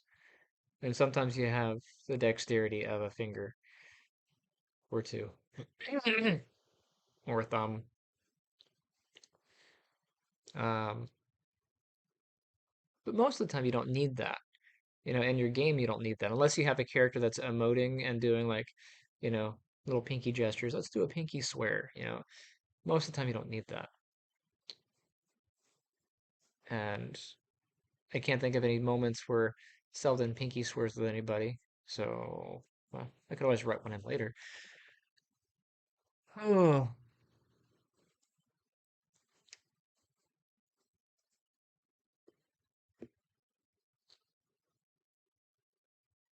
kind of want to make a different control outside the hand. Like I do like this thing. I think that's nice, but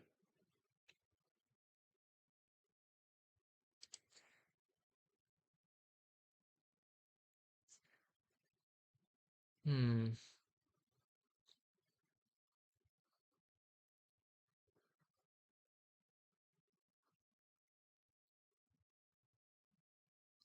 Hmm.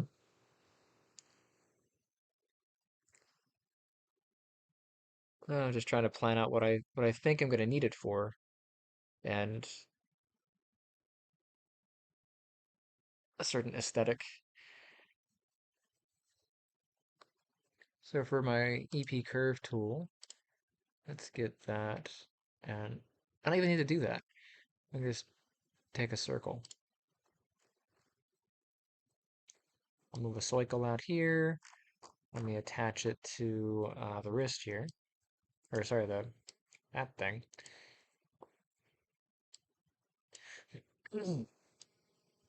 Let's scale up, or it's about the size of the hand, like that. That looks cool. And I can just make like a little half moon thing.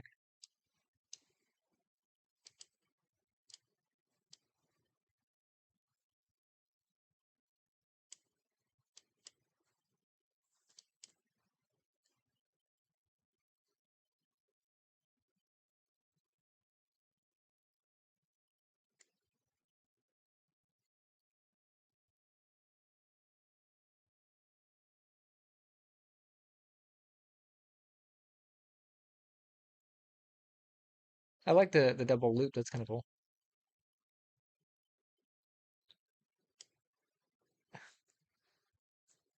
Yeah, nerves are neat.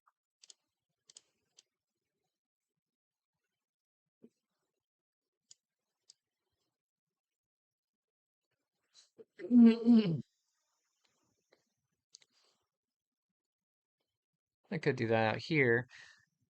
Visually that makes me think of an eye. So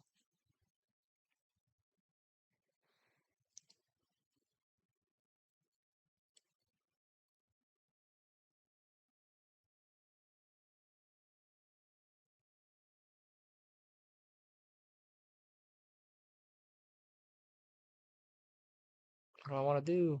I don't know. It's half the problem.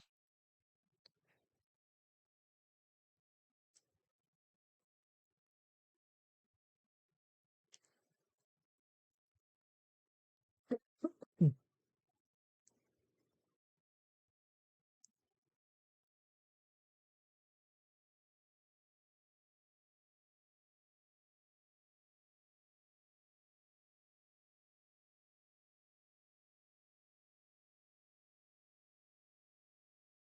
Oh,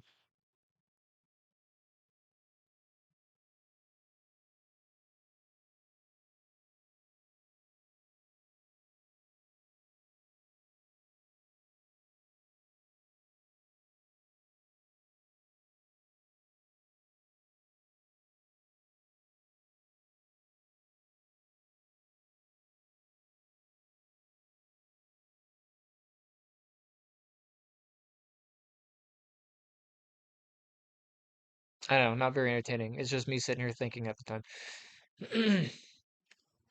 um,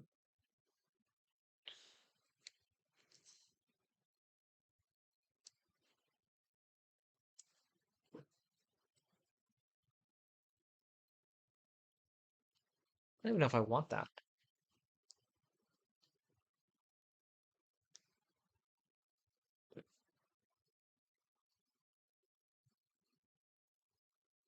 I need a control that handles the wrist. And I like having individual controls on the thumb and fingers.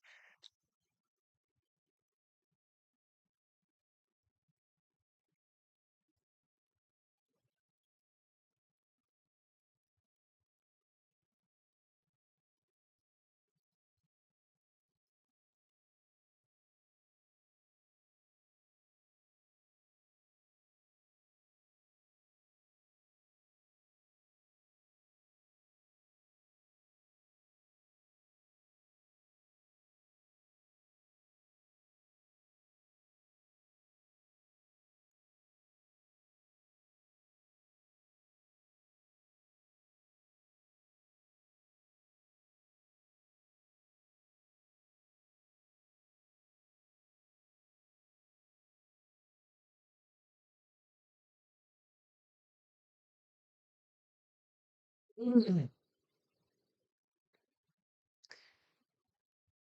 guess I could do that.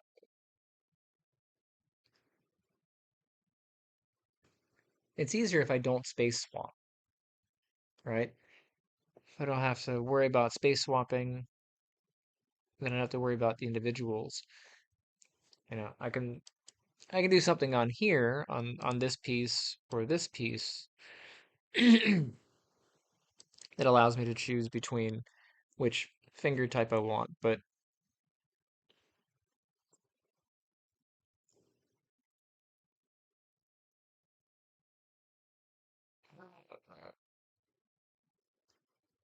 I just don't know what I want to do.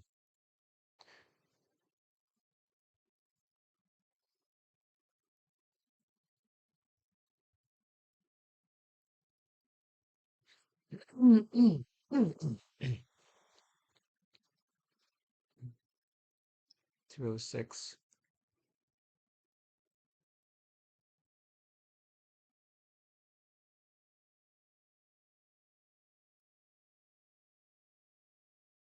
I'm just so stuck. You move around a little bit and see what happens.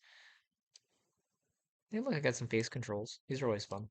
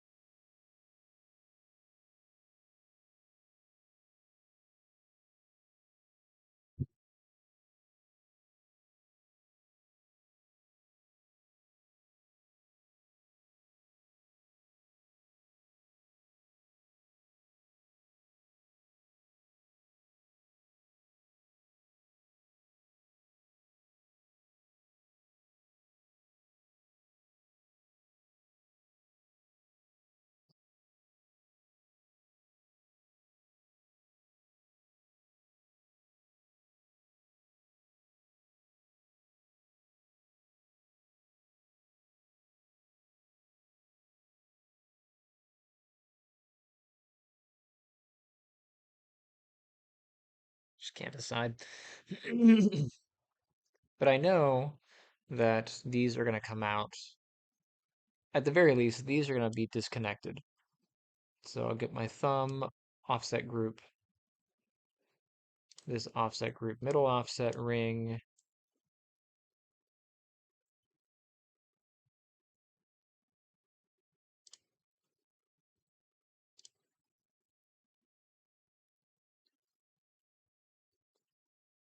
Really? The pinky assist is not hooked up?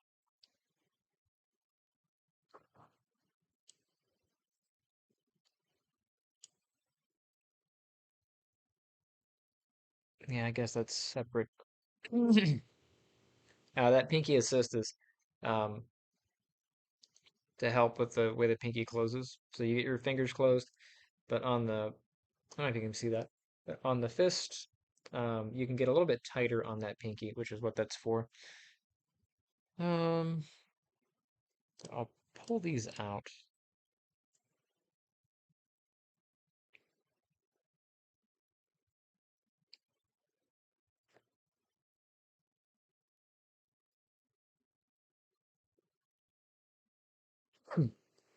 Hmm.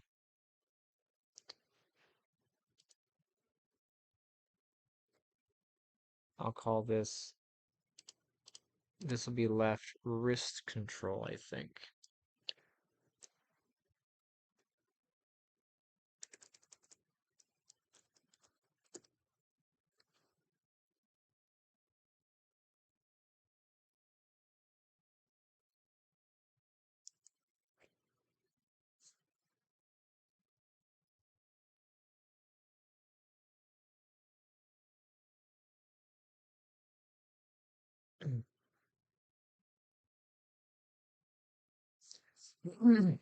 Conflicting ideas for how that hand's gonna work.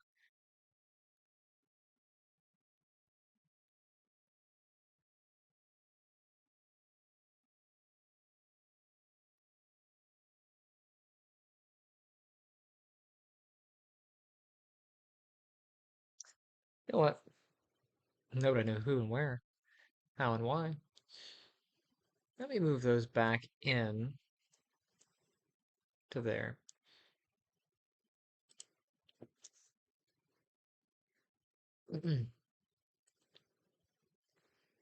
What if I do?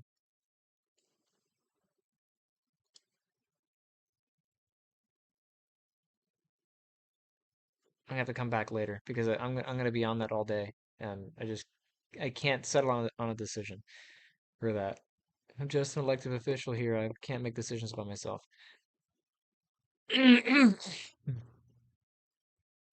But what I can do with the time I have is where's my I can bring up my original skeleton.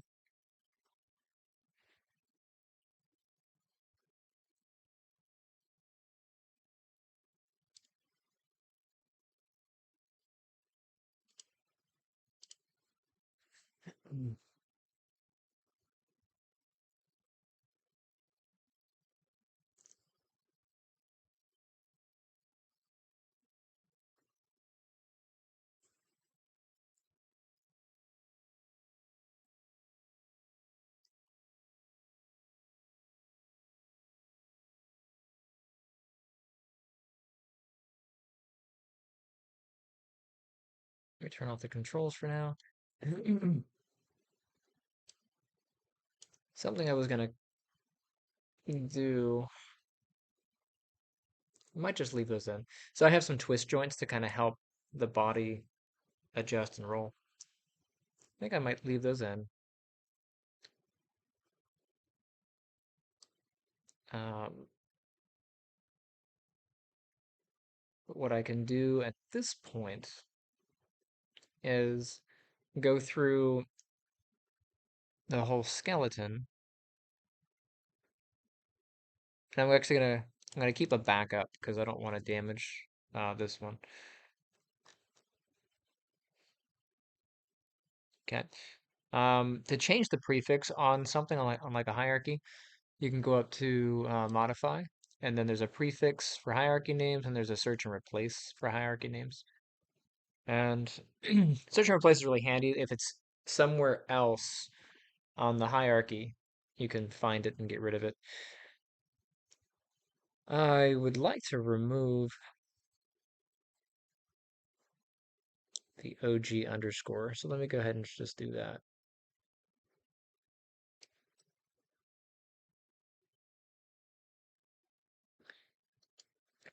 Let's see if I can replace to none. I can't replace to none. Darn. I was hoping I could replace to none.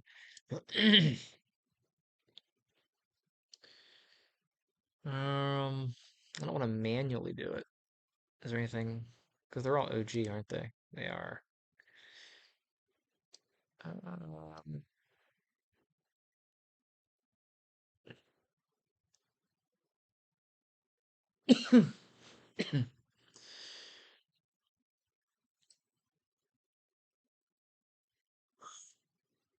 yeah, I'm gonna give it.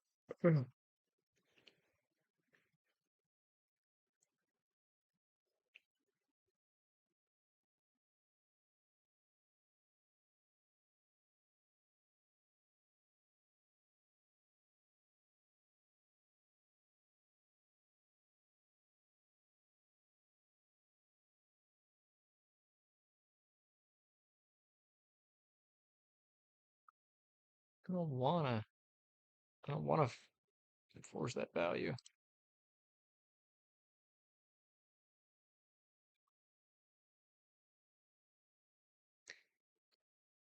I guess I'll just put his name on there. Seems silly. But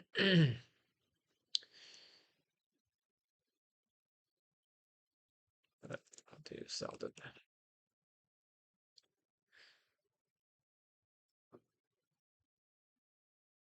See how cluttered it is with having that on there?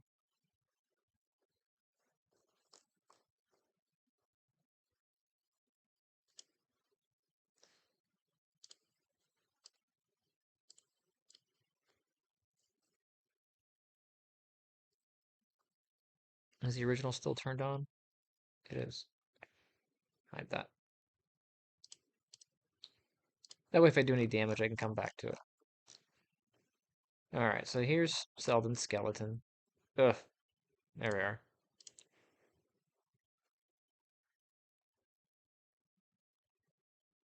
And then I need the the different bones and stuff. Let's do, let's close that. Let's move this up with the IKFK, yeah. Let's put that above.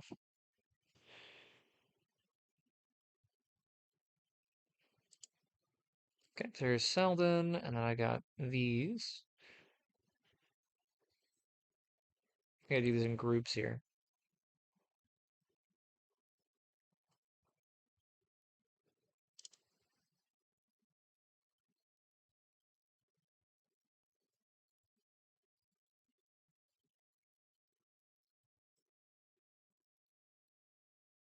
Mm.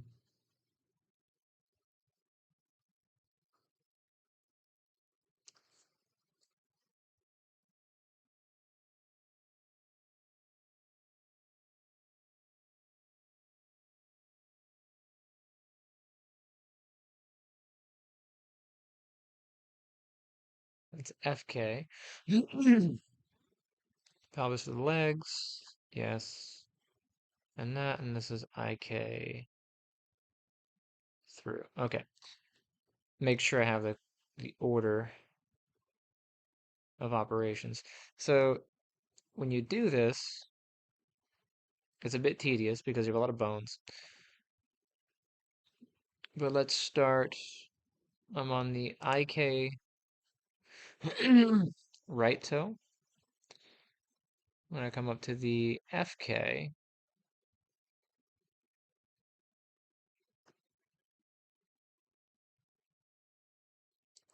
right toe, and then I'm going to go down to Seldin's right toe. That's going to be my order.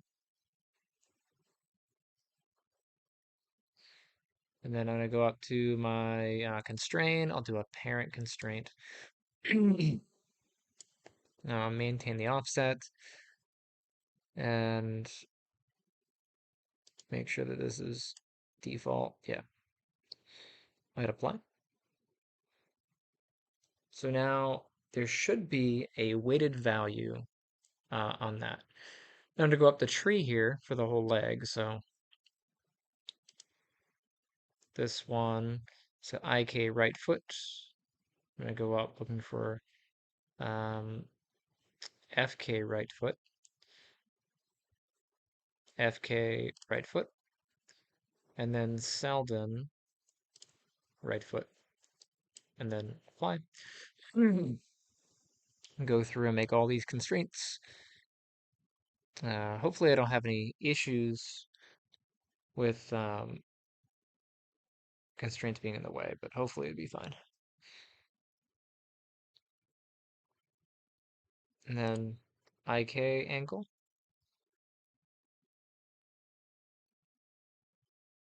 Where's FK? FK.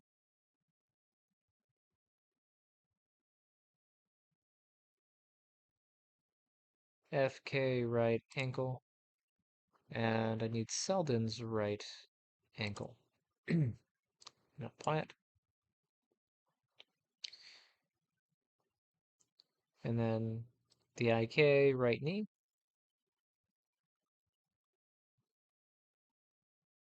FK right knee, and then Seldin's right knee, and then apply. Then I need the hip, so going up the list here, IK right hip, FK right hip, where you at? FK right hip, and Seldin's right hip. So Seldin has a thigh twist, but I'm going to go ahead and ignore that. I'll just go up to the hip here and apply.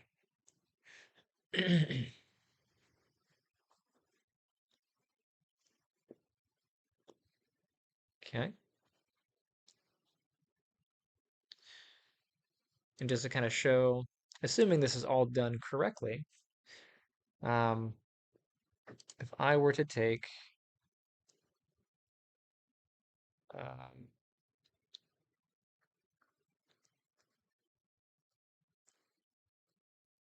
where are my controls at? My main controls. Controls. Helps if I have better organization, which I don't have, but it's okay. Where's the main control? I could search for it in the search bar up here.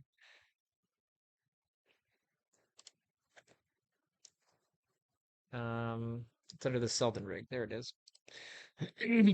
Main control, and then controls.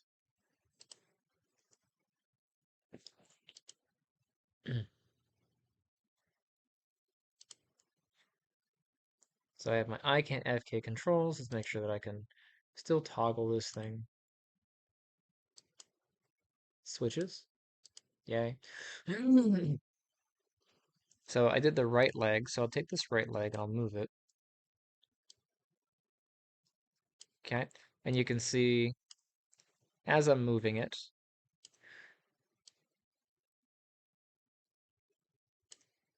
well, that's unfortunate.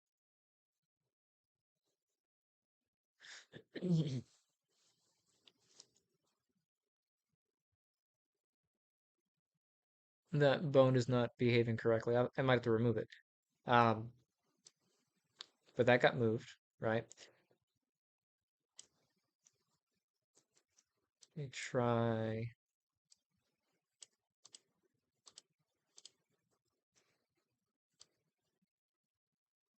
Yeah, so that's moving correctly, but that's shifting. That should not shift.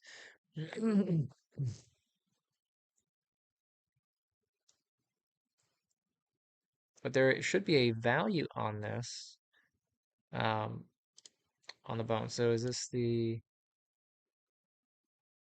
yeah.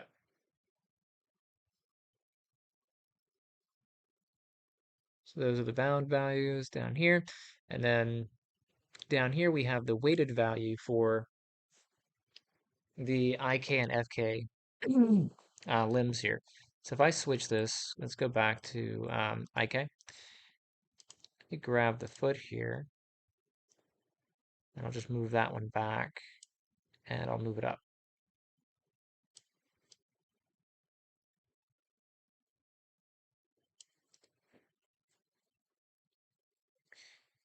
And if I bring up the skeletons, we can kind of see what they're doing. So here's this IK skeleton. The FK skeleton is over here, and then our skeleton currently is in between. And if I take uh, Seldin skeleton here, we have these blend values for the control. So if I set this to 0 on the IK, it'll blend all the way for the FK. See that? I do that for each limb. But then if I do the opposite, I set the IK value to 0, or the FK value to 0, set the IK to 1. It'll blend all the way to that one. But I do have to go to each joint and because it is done for each joint, I have to go each joint and specify that value. So it is a bit of work to make all those line up, but it does the job. So currently this is what that is. And I will set um, both the controllers to 0. So this controller, I'll do that one at 0. Let me get the, I'll switch this to FK. And I'll take that controller and set it to 0. And everything's happy in the world. All the things are lined up.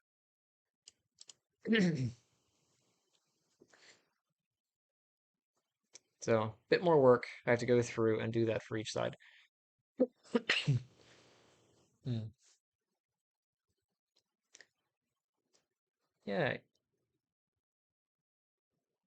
All right, so what I got? What's next on the list? I can do the left leg, and then, yeah, I think I'll do the left leg, and then I'll do the spine, and then I'll go up the body.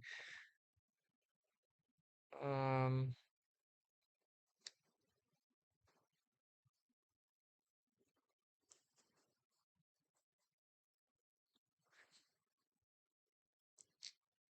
so I did the right hip. I can do the left toe now. Let me go up and find the FK left toe. So IK, FK, there's right toe, FK left toe. And then I'm looking for Seldin's left toe. And then from there, I can do the same thing. So I get my constraints, and then I will parent constraint. We'll continue up the hierarchy. So the Seldin's left foot, or sorry, the IK left foot, and I want the FK left foot, FK left foot, and then I need Seldin's left foot. And apply, and then IK ankle, FK ankle, and then Seldin's ankle. Whoops. It's important to look at the right thing.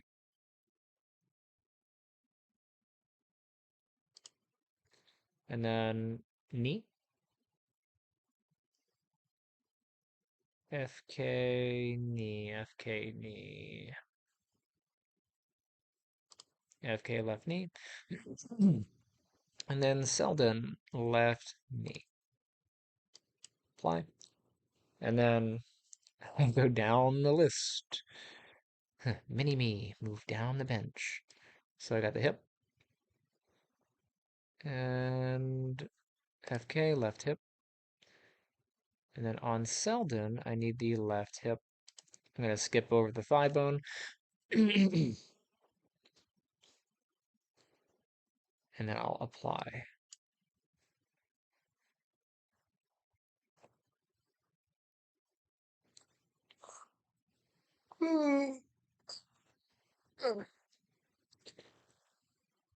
Yeah, mom. All right, so those should be good. Now it's time to do um, pelvis, spine, and neck. All right, so IK pelvis.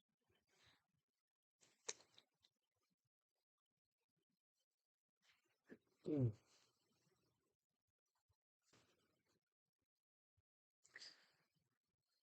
I'm debating whether or not I'm gonna want or need or even care to have a different root bone for each one because all the roots obey the same position, so I probably don't need to worry about a root bone for each one.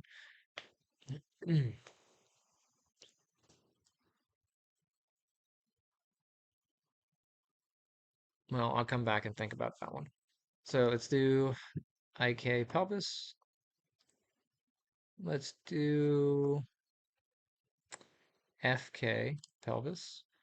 And then Seldin. Where is the pelvis? Seldin, pelvis. What? Now, the specific order doesn't matter. You can do IK, FK, and then the main, or you can do FK, IK, and then the main. That doesn't matter as long as you're consistent. But your main skeleton should be the last on the selection. Um, because the way the hierarchy system works is the last thing selected is the parent. So it's child, child, parent. Um, that's kind of how this works here. All right, so let me go ahead and just blend out the root, even though I don't think I need to.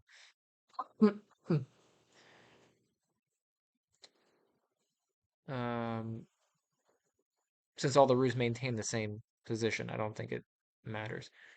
But just in case.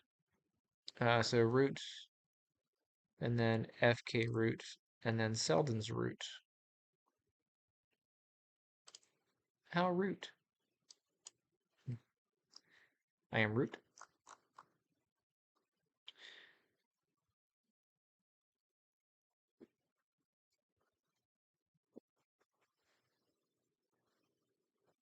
Yeah. Got a bunch of packages Awesome. right here. Yeah, I'll go grab it. Help with them? Let me see. Yeah? Yeah, I got it. I'm looking at the store here. Yeah, order all the Christmas stuff. Back in the hand. Christmas packages. I don't know if any of these are Fragile.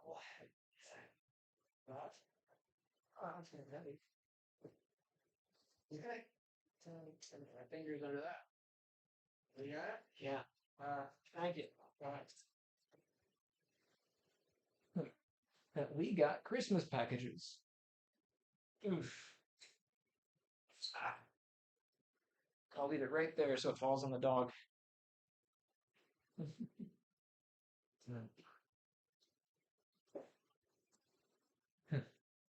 Why it says I'm so mean to the dog. I'm like, I'm mean. She's under my feet all the time and I trip on her.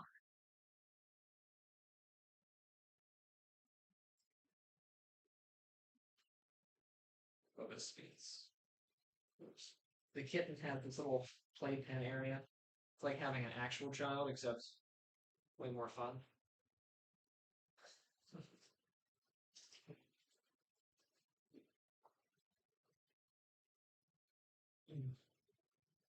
All right. Hi, cat. Got all these cats. All right.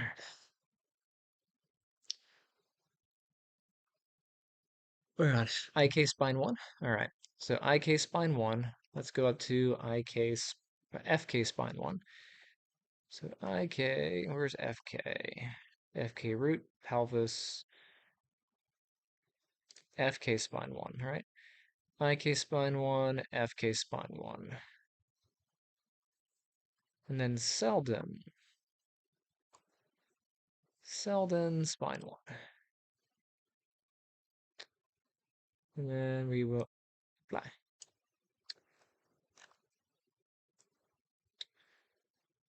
Let's see. IK spine 2.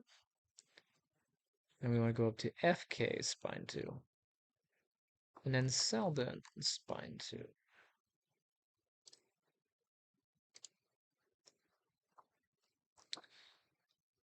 All right. IK spine 3. FK. Oh, it's FK spine 3.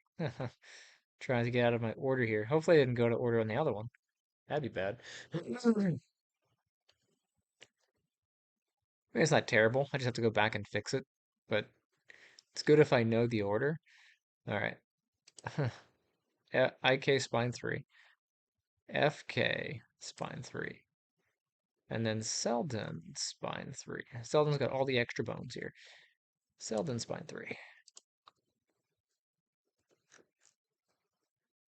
all the way down, we have IK, neck 1.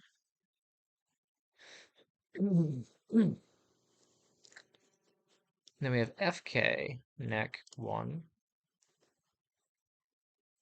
And then Seldin, where you at? Seldin, neck 1. And then 1. Yay.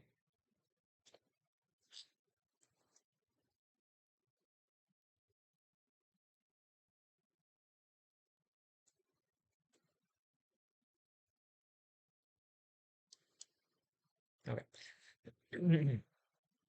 So that's the root all the way through the spine. And now I can do the shoulder. Now I do left shoulder down to the wrist, and then the right. And then I think I'll call it, just to, I want to show you how that works, but then I'll call it and um, get cleaned up, because I have an event coming up in a little bit, so I want to make sure I do that. Okay, so left collar on the IK. Let's go to the FK. Uh, FK left collar. I don't know why there's a number there. IK left collar, FK left collar. Interesting. And then I'm going to go to Seldin's left collar. Seldin. Um, Let me collapse the head because there's a lot of stuff in here. I'm going to collapse the neck. There we go. Seldin left collar. Fly. Huh. Left shoulder, arms. All of them ROTC days. I'm going to fix the name on that.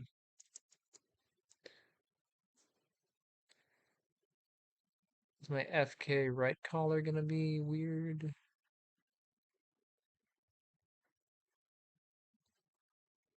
Yeah.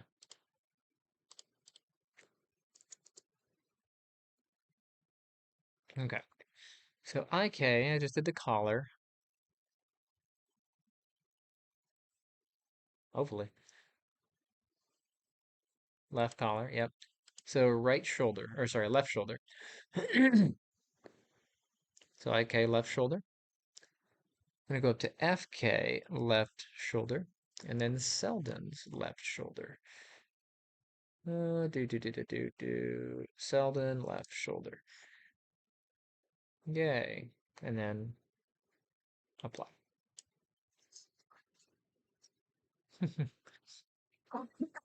Now there's a search bar up here. I could probably search for that, but I've got a bunch of skeletons in here. A lot of skeletons in my closet.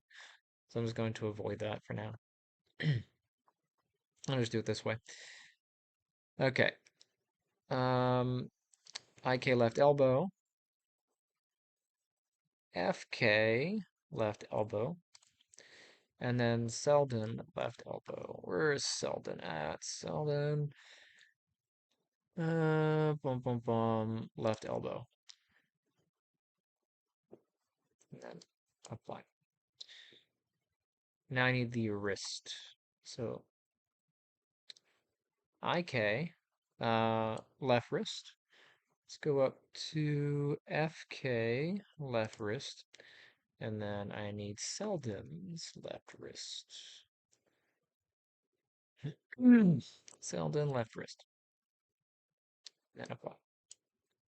I'm not worried about the hand bones because we're going to retarget those as a separate thing because the hand is going to have its own controls. So I'll put those elsewhere. So I'll skip that and I'll go over to the left side, right side. Yes. Make sure I have my left and right correct. Otherwise, that will be a very confused skeleton. Okay, so I need the right collar, IK. And then on him, I need the right FK collar. And then I need Seldin's right collar. So Seldin right collar. Yes.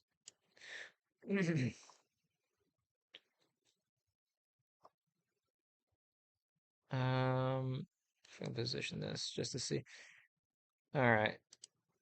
right collar, right shoulder, and then up here I need the right shoulder, and then I need Seldin's right shoulder.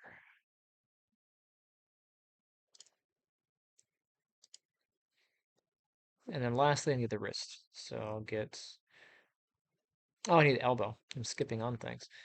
Uh, I got the elbow, right elbow. It is right up, right, right.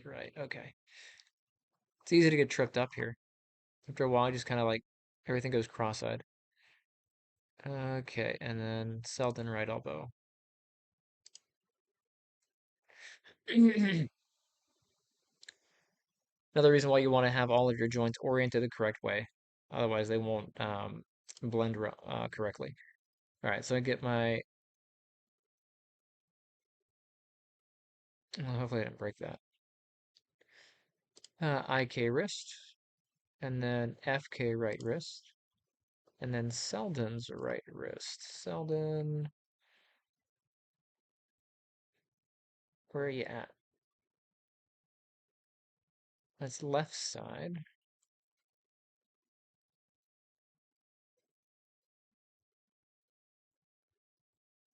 Why is there another collar?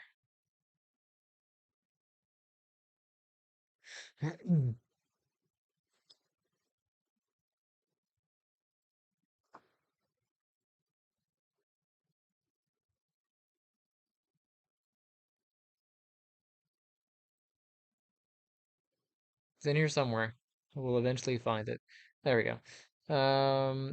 Selden right wrist. Make sure I have all three. Yes. Yes. Fine. So I think that's all the bones that need to be targeted. So now I should be able to, um, grab that and then just move it off. And you can see how that's going to play out. So there's that one, and that one, and we can blend through. And if I were to grab the joint on here, which one's original? Seldin. Again, we have the blending value. So right now it's blending between the two. If I set um, if I set IK to 0, that bone is all the way with the IK. So that makes sense. I'm gonna go ahead and blend down that whole thing. Let me go ahead and grab that one, this one. So and is that my twist? It is a twist. Do the twist. If I blend those out, will they be fine?